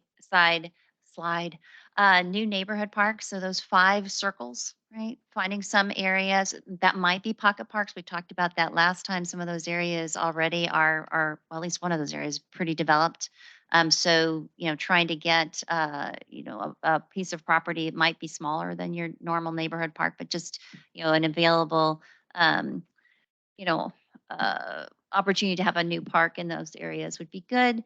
Talked a little bit about Scappoose Creek Trail and shared use paths. And you'll see that in the document that you're going to review. The new neighborhood parks areas are described, for example, like generally this is inside the urban growth boundary. This is outside. This has rural residential now. This has developed neighborhoods already. Here are kind of the ideas that go along these new proposed parks. The Vista property, again, you are likely not going to see a detailed description and action items for Vista. And again, that is something that if you feel like needs to be addressed, we can do that. It's clearly going to be part of your park system, but whether or not you actually advance, say the trails, I forget the name, the long range plan that or kind of concept plan for that area that you have. Certainly, you can bring that forward in your updated plan. We're just not seeing the quote unquote need for Vista. It's not satisfying some of those key items and issues and desires, wants that the community has. The PUD substation, which was mentioned earlier, it also is an area, it's very close to here. It's not in an underserved area. It's a great idea. It's a great opportunity. Do you need it? Do you want to put your attention to that when it's not in an area that's necessarily underserved? That's the question for that. The pocket park that is in existence. Say one more thing about Of the course. substation park. Yeah. So we've talked about land use considerations a little bit, and I just want to make this really important. So we've been talking a lot about that substation. Mike did bring it up, and parks are not a permitted use in the zone. So it's not as easy as just putting something there. We have to go through a fairly lengthy land use process for that, and as well as it being in this area that's already served. So when you're considering adding that as a potential, I just want you to be very clear that it's not going to be an easy or cheap process to do that, even though it's small, even though it seems to be fairly quick and simple. It requires a zone change, it requires an amendment to the comp plan, and it requires a textual change. So it's actually a fairly heavy lift. So when we get into the prioritization and including things, I just want you to be really aware that this little part could actually be fairly consequential in terms of the available budget and for the resources. So there's a trade-off. I'm not saying no. I'm not trying to tell you what to do. I just want you to know that that's a very important consideration for that property. I think that's very valuable information. Go ahead, Paul. Well, so this walking distance to a park thing has been a city council goal for more than 2 years now. And does that trump everything? So the 10-minute walk goal, I don't believe it's a part of the new council goals. They changed the parks goals quite a bit. I would highly recommend looking at that. We have not released had a new version of the council goals out to the public, but I think the 10-minute walk portion was removed. I have to go back and double check.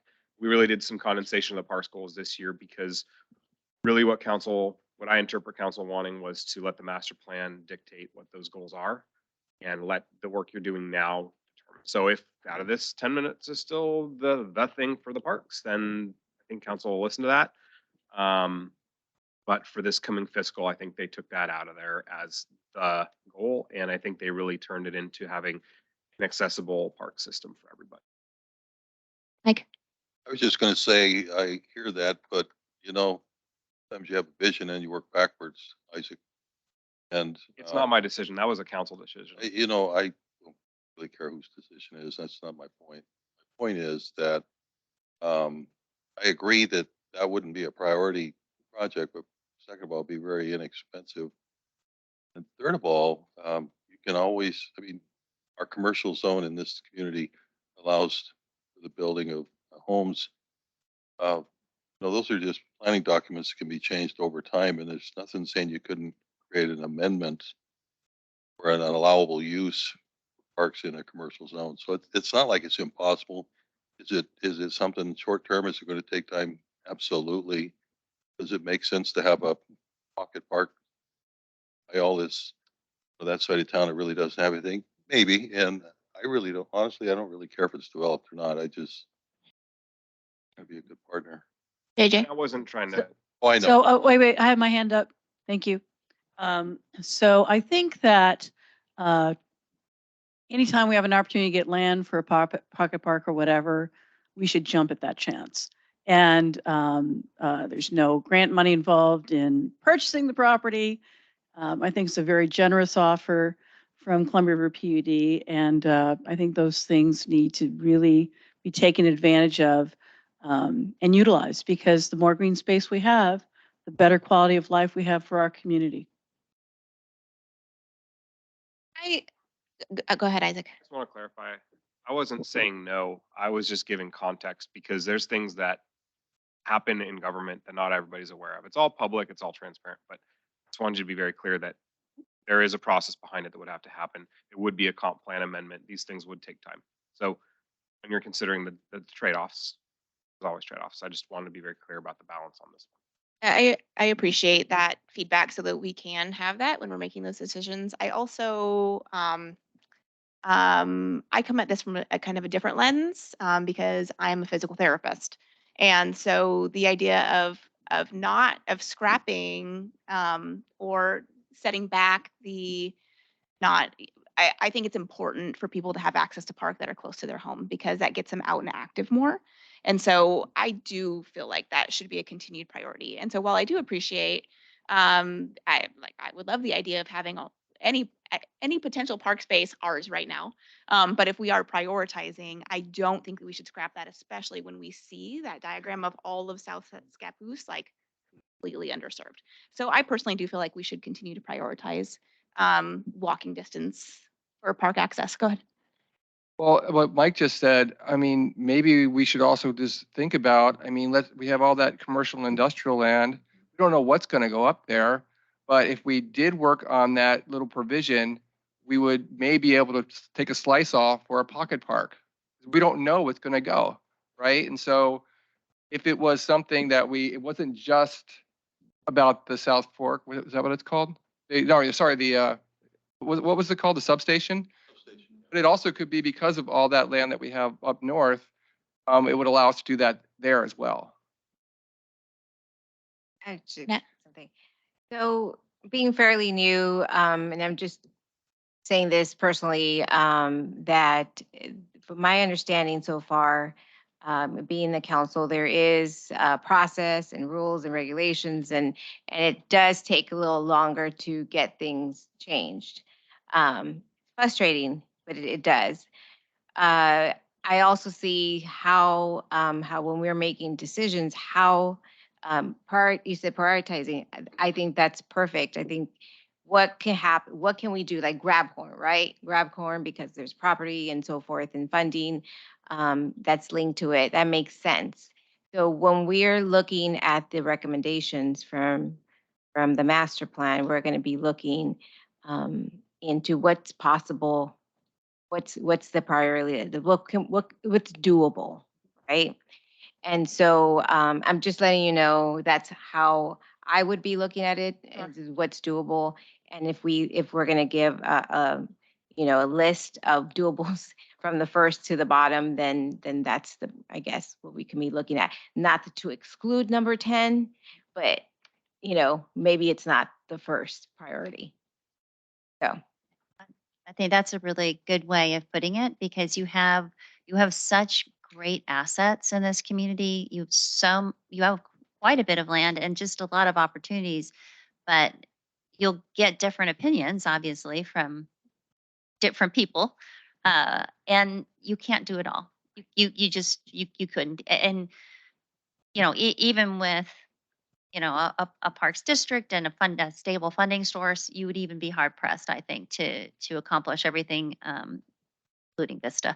So that's exactly right. It's all there. It's all described. It's not going away. Priorities change. Long range plans you revisit, you update. So it's definitely a way to chart a course and make some conscious decisions that are supportable. But that's really what it is. And I think it's good to know that it's not a council priority, the 10-minute walk proximity. However, it's just that idea of what is an accessible park system. How do you measure it, and then how do you make decisions? So having that in policy, and again, I kind of gave that example. Here's the goal, and now this policy, and now go acquire the land here. Take a look at that and see amidst the other goals and policies, right? They're not weighted. they are not prioritized, but they should encapsulate everything that you want to do. If that particular one is too specific and you feel like it's going to hamstring you, we'll figure another some additional language or alternate language. So the next steps, again, already got a preview from Isaac's comment, prioritization, right? So that's really one of our next steps so that we can kind of provide a framework. We can come to some conclusions and then we can take some of those conclusions to the community and say, this is where this analysis, this parks plan update has led to. What do you think, right? So that's your annual town meeting, ATM, annual town meeting. And will be our opportunity to really, vet some of these ideas and really actionable items. Before that, I'm still happy to take any comments on the needs assessment, which we talked about last. I'm sorry, Casey, did you need to go? I just want to, Sorry, Kara. Fisher Park, as an opportunity, I guess, brought this up before. It's county property, so maybe that's difficult to put into Scappoose's Parks Master Plan, but I really do think it should be identified as a partnership opportunity. And it's within one of your circles, your top circle. 8 acres of county-owned property. Should just always note it because it's already a park, undeveloped. We'd love to do something with it someday, but it's in your urban growth boundary. It's in your identified needs area. It's got a name. It's not worthy of a sign yet. People use it as the creek swim hole. There's Soil Water Conservation District desire to potentially do something on that property. So make sure that's included in the inventory somehow or another, even if it's not. I mean, I just think it should be. That's up to you guys, but it's in the city limits and it's a county asset. I agree. It was originally discussed in our original master plan as well. It was good. Make sure it transfers over somehow. Mhm. And I It's a promise, good other. I bet my wife I'd be home by 8 and I'm almost gonna lose that bet. So I do have to. Oh, Okay, thank you, Casey. thank you. Paul? One more consideration. Seems to be a pretty good possibility that looks like we may go with a possible land swap down the road instead of a urban growth boundary expansion. Hmm. And that would be south of Callahan, right? We were talking. Well, that's quite a ways from a park. So I think we should just earmark it right now that if we do expand or land swap down there, we should be putting in somewhere in this plan that there should be a small park down there. I don't know how we would capture that, but there just seems to be a lot of rumblings. We're talking about it quite a bit in the 50-year plan, and Mike's talked about it a lot. So I don't know how you want to capture that or if it's worth capturing. Can I make a Yes, go ahead. Just to clarify too, we talked about the goals. I told you what I thought that it was, and I was correct. So what they did, so you're aware of what the goals are most likely going to be because they still have to adopt them officially. So goal 4 was develop a diverse and accessible park system for people of all abilities within a 10-minute walk. They just took the end part out. And all of the parks goals, there were 5 of them. They opted to combine them into one goal and just leave it as update the Parks and Rec Master Plan. Just to kind of allow this process to drive schools. So I just want to confirm that was they came to at the retreat, and that'll kind of be going out there next month or so as we get drafts. So everybody's aware, because I know there's a lot of that 10-minute walk is a big thing. It's been a thing for a long time, and it's kind of a big change to kind of take all the parks goals and combine. Thank you. So, yes, comments on the needs assessment. I think I suggested that might not modify the document, but certainly if we're missing things like partners, we should know that going forward. So there's an opportunity there. There's an opportunity to review, make comments, suggestions on the vision, goals, policies document. The next thing you'll get is the site recommendations. So basically the slides we've been talking about for each of the parks facilities, they'll be fleshed out and modified a bit based on what we've talked about tonight. I will not be here at your March meeting, but I would suggest that'd be a good opportunity to come with your notes and discuss together your ideas, your changes, your strong feelings. It'd be nice to kind of, I think, bounce those things off of each other as a committee. And then Isaac can get me the comments and corrections or changes. And then we talked about the prioritization criteria really heading towards, the funding, the CIP, what are you going to do first? What's we're breaking it down by time period, right? So that's kind of, we're laying the groundwork for that. Town hall meeting, next meeting in May. So I wouldn't be coming back to you until May. And then we'd have the kind of the results from public comment from the town hall meeting. You'll have the criteria, the funding kind of review, all of that for the May meeting. At that point in time, a good update for City Council and Planning Commission as well. So I will be at the City Council work session on the 21st. Basically, to make sure everybody's up to speed on what we've done to date. So I did not. Do you have any preview on the parks, individual facilities, bullets that we talked about tonight? I will at least introduce the fact that we've had that discussion and that you will soon have the draft site recommendations, and everyone will soon have the draft site recommendations to review if they so choose. So that's what's happening on the 21st with City Council. Planning Commission's invited, but I know it is a City Council work session. The one in May, I'm hoping will be more refined to the city. What's the draft site recommendations? What is that? It's basically a document that will have each of those slides that we talked about, the parks, all those bullets, like here's the big idea, that will be fleshed out. It will be the aerial, it will be some photographs of the park that's being discussed. It will be a vision statement for that park.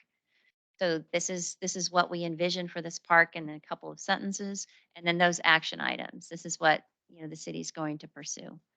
We really haven't fleshed out the amenities list. I mean, we went over it last time, but we really didn't talk about, hey, this should be a higher priority than this. From what our history was with working with citizens, I mean, are we going to talk about that, or is that so? Or are we just, you understand what I'm asking? Like, so for instance, in our Grabhorn Park ad hoc committee, we knew dog park was on the east side was really important. We knew that pickleball was really important, et cetera. We didn't really weigh out the amenities.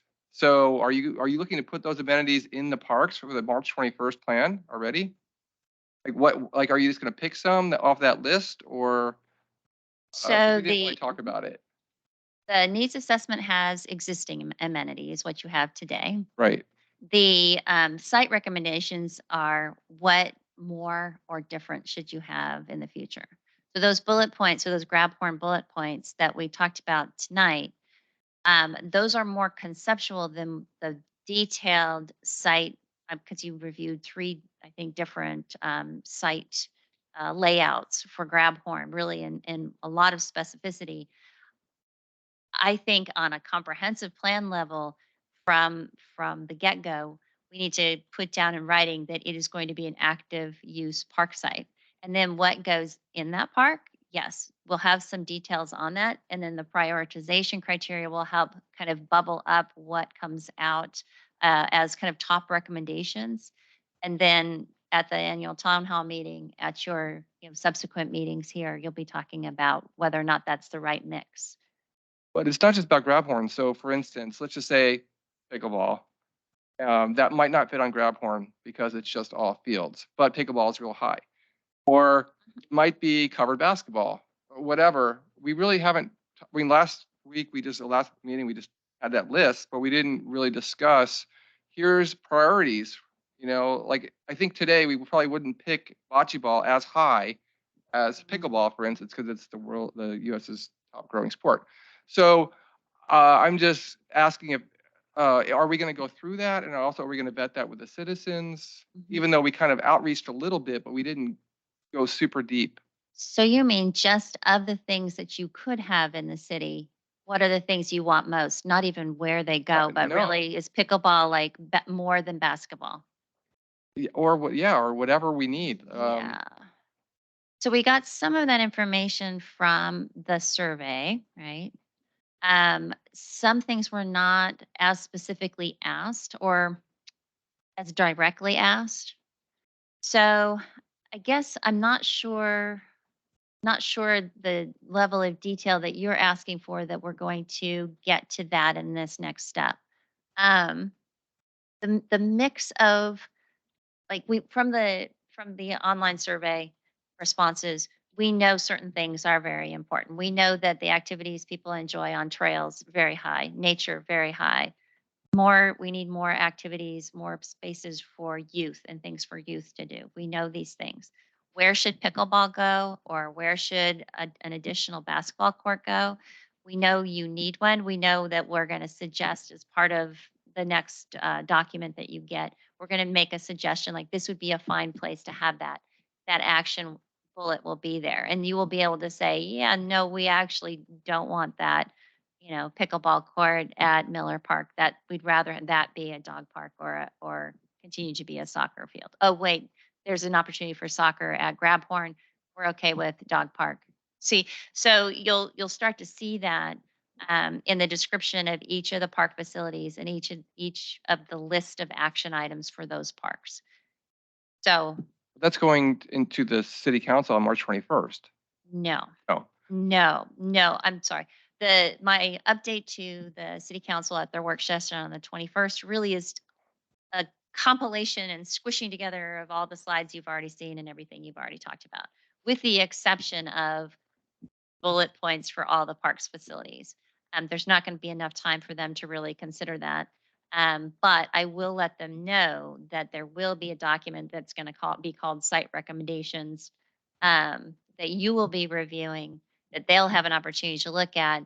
And those things are going to be, again, assessed, considered with some mind, with a prioritization. Like if this is your system, if this is your structure, then pickleball would be great here. See, we will get to that, but it's going to be a matter of making some of those statements and having the community say, wait a second, that's crazy talk. Well, the process led us there, but we still don't want that here. So then that's fine. You so know. we did a lot of this already with Grabhorn, and maybe if you could, because I know you won't be back till May, maybe you could give us your list of what you think the priorities are, and then we could workshop the priorities of both the parks and the amenities, and then give you some feedback so that you could take that and go, geez, softball is a lot higher than because we were surprised at softball, for instance, right? Like, man,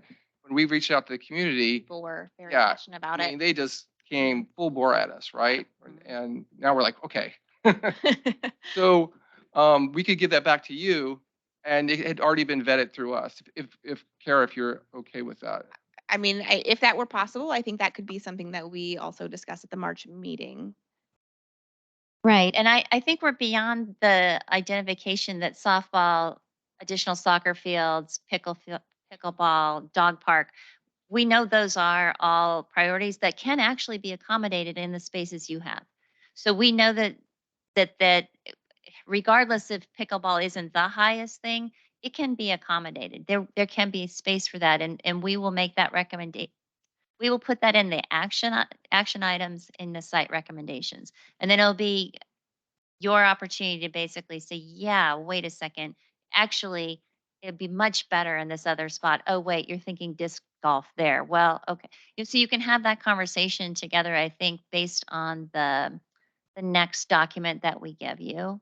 And then the prioritization, first of all, it'd be like, okay, dog park at Miller, that makes sense. Fine. Now, is the city going to build that? Or is the city going to pursue the kayak launch? Or is the city going to? That's the prioritization. That will be something that will be after the site recommendations document. So a lot of consideration and work to do. Well, Sure. it was a real kick in the face a little bit that, for instance, in Grabhorn, nothing against disc golf, because I like disc golf and so many others do, but that was never discussed by any of the committees or the city, the citizens, and yet it pops up as like number 2 in the design. And, you know, I had to go explain to some people that were on the Grabhorn committee. They're like, where is this? What are you doing? You didn't listen to me. Well, actually, we had, you know, we didn't know either. So that's where I'm a little concerned, where if this thing just pops out and then we kind of, oh, let's see how they react, before we even had a chance to. Yeah, I do want to comment that, and then Mike and Jeanette are both wanting to speak. I agree that that was something that I knew nothing about as well. However, there were also some people who were really, really advocating for a low impact nature of space, and so I think that was presented to us as an option of like, hey, if some of the neighbors continue to be really upset about these ideas and we're continuing to get pushback, then we do have a third option. So I did appreciate a third option as well, but I understand. Yeah, it was kind of like, oh, that where did that come from? But I agree. But after consideration and hearing the feedback on why that was a choice, it was because of, you know, the feedback of the people who were very concerned about having sports fields like in their backyard, essentially, or more sports Which is fields. no problem. If we workshop that a little bit, Right. we'd be ready to go. Yeah, That's all I'm saying. yeah, absolutely. I agree. Mike. What? Yeah, you go ahead. Okay. Oh, I know that to kind of the history of you guys, this group has been very robust. You guys are very active with Parks and Recs, and I know that the last plan, it was you guys did the master plan, right, on your own. And so I think that city hiring the consultant and then having all those annual meetings and town hall meetings, getting the feedback from the community, we're taking all that into consideration. And you guys being as the committee, taking all that information, working with MIG, and then having your own personal, before it's a different, I think it's a different process that we're doing this time versus the last time. It seems that I don't know if you guys did a town hall last time. Yeah, we Yeah, did. you did. Mhm. Great. So and so how much of that? So I want to make sure that it seems like it's almost comparing it maybe a little bit from last time. And I know that you guys want to do a work session, but just make sure and be cautious of the timeline as well. Because, you know, we don't meet that often. And so having that work session and then having things on the agenda already, I'm just pointing that thing out. But we, like Mixie says, we're going to be having a town meeting again and feedback. So I think you guys are, from what I understand, Paul is wanting a little bit more details than we're still kind of working on. Your phone, I think it's off. And if we could discuss some things next meeting, that's all. Mhm. And the more we can get back to her, so she's more prepared, that's better. That's. I agree, and I think that will be a significant piece of our discussion for March. I mean, for March, I want to bring back in Grabhorn, start to look at those for deliberations, look at the site recommendations, and then we'll also have a recreation discussion. So, I mean, it'll probably run long, but I absolutely think that we can begin to look at those things. And if we are looking again at our Grabhorn parcels, I mean, it'll start to prioritize. We'll be prioritizing what we want there, and then I think some of the other pieces for the other parks will start to fall into place as well. Okay. Like, Okay, first of all, I got to tell you, the first time we put together a master plan, it was an amazing process. We had about 150 people show up at our city at town meeting, and we had park committee members and staff and counselors at each of the parks that was identified, you know, and folks are saying, yeah, that's what we want. It really, you know, even though it wasn't professionally done, it was very well done. And a lot of what we put there was completed, which is cool. And I guess I like the next steps that you have here. So I'm just understanding. So at the next meeting, we're going to see some of the priorities you think, and then we're going to deliberate, and Isaac's going to share our thoughts with you, and then that'll solidify the. Right. just like in the slides that we looked at for each park, those bullets, Okay. probably about double that of recommendations for those parks. They're not priorities or prioritized, but they're basically your vision for that park. So with Grabhorn, that idea, like it's going to be connected with and programmed with veterans. That's a big idea, right? That is not what the three uh, plan site plans that you were reviewing. The creek, I don't know that a trail is in those three plans that you've been looking at for Grabhorn. So those ideas, transferred to real, actionable kind of items. That's what we're looking for. Yeah. Sorry, I'm getting tired. Like, what I am think trying to it- say? it's been a fun process. I've Yeah. enjoyed it. I think we made some nice progress and I, Yeah, it's been very fruitful. Absolutely. Right. And I guess going back to your existing plan, your adopted plan, you have what we've started with, the location, the access, the description. We're putting a vision to it. Like this park is supposed to do this. It's supposed to be the neighborhood's backyard, right? It's not supposed to be something that draws in a bunch of people. It's not supposed to have your big festivals. So just kind of making a distinction between all the parks that you do have, so you can improve them and program them in a special way, right? Um, that's That the note, next thing. It's just to look at, like, did we get all those items right? Is that what you wanted to accomplish in this particular park? Now, what the city's going to prioritize, that's the more of the annual town meeting conversation after you guys give us your feedback at the March meeting. Perfect. Okay, good. Okay. Isaac. So on that note, when she was talking about that really big picture look about like this park's supposed to feel that way. Yeah. As you know, we've run across things like with the little lot behind the PUD. Mike's right. It's achievable, but we have to do a zone change. So as things change in time and context happens, you know, if we have a plan that says this park's supposed to not have giant events or be a community, when things happen that we're not aware of or that happen to us through life and through time, we can still look at the plan and it says this park should look this way, and we can still make it look that way, even if it doesn't have the same amenities, even if some things change on it. So the point for us is being able to look over time, create that look and the look of the city you want, even if it's not exactly what we say today. Yes. Okay. All right. Well, is that all tonight, Darcy? Yes. All right. Thank you so Quite a much. lot. Thank you so much for your time tonight. We Thank you. appreciate you making it out here and being in person for these and all the work that you guys are putting into this. It's my pleasure. Thank you. Thank you. Okay, we have two more topics tonight. So we will try to make it relatively fast. So we have a theme for Earth Day. It is Go Green to Save Green. That's right. So I'll just talk about my part real fast, and then because mine's the smaller part. So we are going to be hosting a cleanup. It's going to be at 9 a.m. It's going to be a solve cleanup. Then we're going to have a central hub at Heritage Park, where I'm going to need a volunteer there who's going to be making sure people have filled out their paperwork, checking them in, and then there will be two cleanup locations.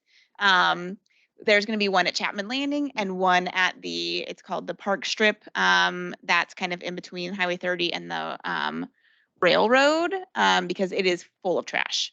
And so we'd like to get that cleaned up as well. So I've been working with Solve. I'm going to update the link because originally I had everybody meeting at Chapman Landing, but instead we're going to have the central hub at Heritage. And that'll just keep the flow up a little bit better to make sure that everybody knows that they need to end at Heritage as well. We are going to have like bagged breakfast for our volunteers because we appreciate them. So we will also need some help Friday night bagging breakfasts. So we'll have that. We'll have all the supplies we need. I am also reaching out again to the scouts to see if they can help facilitate this. And Emily, I believe, is moving away from Scappoose Bay Watershed Council, which is very sad because she is amazing. But hopefully we can get their involvement as well because they are so knowledgeable in the area. let's see, The date. April 23rd, So I think it's 22nd, 22nd. Okay. Saturday. Okay. It's the Saturday. Um, I think, oh, and then the scavenger hunt. We're gonna have a scavenger hunt the same day instead of all week before. We'll have prizes to give away at the end of the day. I'm gonna take out Vista because I had Vista in there last year, but it's not on the city website yet because of all the things we discussed tonight. So I'll take that out and that'll kind of really streamline. Everybody can kind of pop into all the parks. So just as a heads up, all of the clues, you have to go to each park to answer the clues. And then you just bring in, you can do it. We have a Google form so they can, so it's paper free, and then turn it in. And then we just have a drawing. So we'll have that as an opportunity for people to go around and see all of our parks. Okay, JJ, take it. All right, so we've gotten tremendous community support for our Earth Day celebration. Go Green by Saving Green, and we're partnering with the Scappoose Library because Jeff is awesome. And we obviously have a lot of push with our very successful movies in the park. So we're really leaning into that. So Earth Day celebration, we've got a number of things going on. It's going to go on from 8 a.m. to 3 p.m. We are giving away a free electric bike. And so that will be a free raffle that we will show and participate with our local businesses. So the plan is to get the bike, take it out to like Grocery Outlet, Columbia River PUD, have people enter to win, and then they must be present to win to get that bike, which will take place that day as well. We're going to get free hot dogs and burgers from Grocery Outlet. We are going to get free pizza from Fultano's, and we are going to promote the hell out of it so that we get a lot of folks showing up, which I think we will. We've had, tremendous success in the past. So just some of the activities we've got going on. Free breakfast. We've got Starbucks providing coffee. Fred Meyer is going to provide the pastries. And then we've got the cleanup. And then starting 11 a.m. Through 2 p.m., there'll be free pizza, hot dogs, burgers that are going to be served up by the Scappoose Police Department. At noon, we'll hopefully be doing the ribbon cutting of the new vehicle charging stations that Michael and I and others have worked so hard on to make happen. So that would be a really boon to be able to have that celebration on that day. We are going to have a number of different activities, including exploring electric vehicles and bikes and electric bikes, demonstrations, local businesses, Emirates Motors, St. Helens Motors. We're going to have free live music, and we're going to have lots of giveaways. Means Nursery is going to be donating a ton of stuff they're going to be giving away. And then, of course, we are going to have green talks. So we're going to do these info talks, green technology, talking about homegrown veggies to leave less of an impact on the planet, rebate programs for heat pumps and more. And those are going to actually partner with a number of businesses in the community. And, and then of course the big kahuna, the free bike, $1,200 electric bike that we'll be giving away at 2:30, along with lots of other consolation prizes. So a lot going on, and we should have a great turnout. And we hope you all help out and participate. We're grateful that Scappoose Library is partnering with us.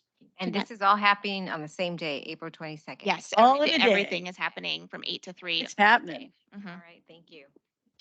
Did you want to add anything to that? Involve me in it. Oh, yeah. Oh. Okay. Fantastic. We'd love to have you. Need the help. Yes. Yes, help, help, help. Okay. So that's that I think. Any questions on that? All right. I will just very quickly move on to recreation, and then we can talk about that. I spoke to YMCA Representative David Parker last month after the last meeting. He is also potentially going to be at the Earth Day celebration. There was a comment at City Council. So they are looking to invest more into Scappoose and move into our area. So I shared with him our current stakeholders. And so that was just really exciting. I shared with him a concern that teens don't have enough to do, and he said YMCA could absolutely meet that need, or at least attempt to fill some of that void. And so that was just really exciting to just have that immediate, a problem and then immediate feedback. And so he was going to start to reach out to our stakeholders. And in general, recreation was one of our goals. Terry also spoke last night regarding, he sent out an email to everybody about some potential, some of his goals for recreation. And so I was hoping to develop kind of like a recreation lead to begin working towards our overarching goal. And so if I presented that to him to see if he was potentially interested, but also if anybody else wants to be kind of a recreation lead to kind of be doing some behind the scenes work while we're in the master planning, just so that we are working towards that goal. Terry. Can you hear me? Yes. Yeah. I've done some research on the pickleball, and I would recommend pretty much none of the parks for pickleball because of lawsuits and some wild stories about resorts that have pickleball. And I don't know if anybody's heard about the Lake Oswego situation, but there's Yes. a lot of information out there about it. On the second hand, I did buy pickleball rackets if anybody wants to go learn how to play. So, but recreation, I'm all about it. If you want a lead person or help with it, anything with recreation, I'm up on it. So. Okay. And we're just running real late tonight, so we can expand on that. I just if you just want to kind of look at our goal and start thinking about it, and we can continue to discuss it. Sounds good to me. Perfect. Thank you, Terry. Okay. The Emerald Ash Borer, you ready to speak on that? Okay. May I just bring?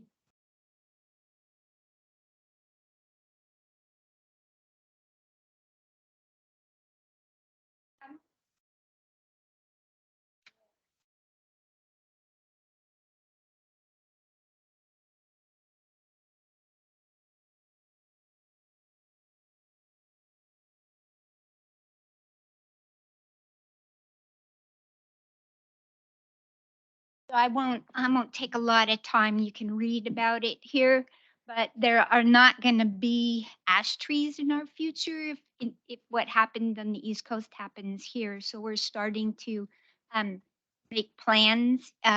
So as part of the group, OSU's kind of leading in the the information section of it. So our idea is, because we don't really even know where the ash trees all are right now. Second off, most people don't even know what an ash tree looks like. And so we need people to notice what ash trees are having trouble. So the beetle can be in the ash tree for a couple of years and we won't even know it. It's not until the trees start to lose their canopy. But we were proposing is that there'll be this particular sign in a 5x3 vinyl on wood. The signs are being made that we can quickly post in front of a few select ash trees in different along parks in the county to try to encourage people to recognize what this is an ash tree. And then they can go through this QR code and learn more about the ash tree and the beetle. Post it on iNaturalist so that we then have an inventory of different sightings of ash trees so we can maybe get ahead of it. But I don't have a lot of hope. We may be planting other trees where they all are. Is this something that you could present at the Earth Day? Or we could have something set up? So, yeah, we had, I believe we had some of the master gardeners. We'd love to have you guys there again this year.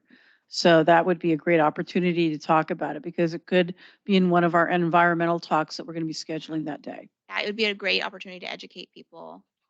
Yes, definitely. I may even be able to get OSU Forrester if he's back. That would be really great. Yeah. Yes, we'd really appreciate that. Absolutely.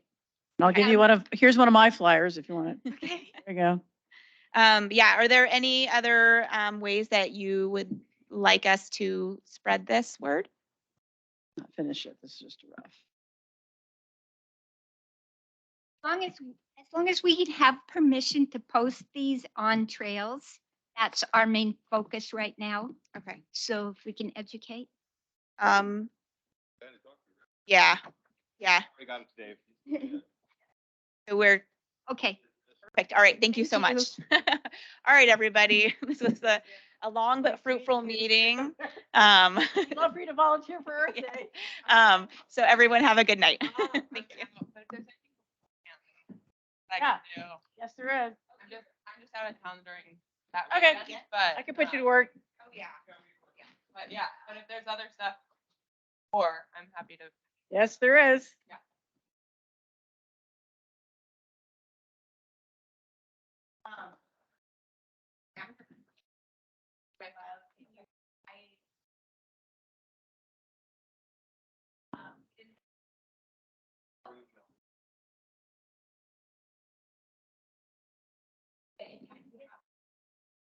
Yeah.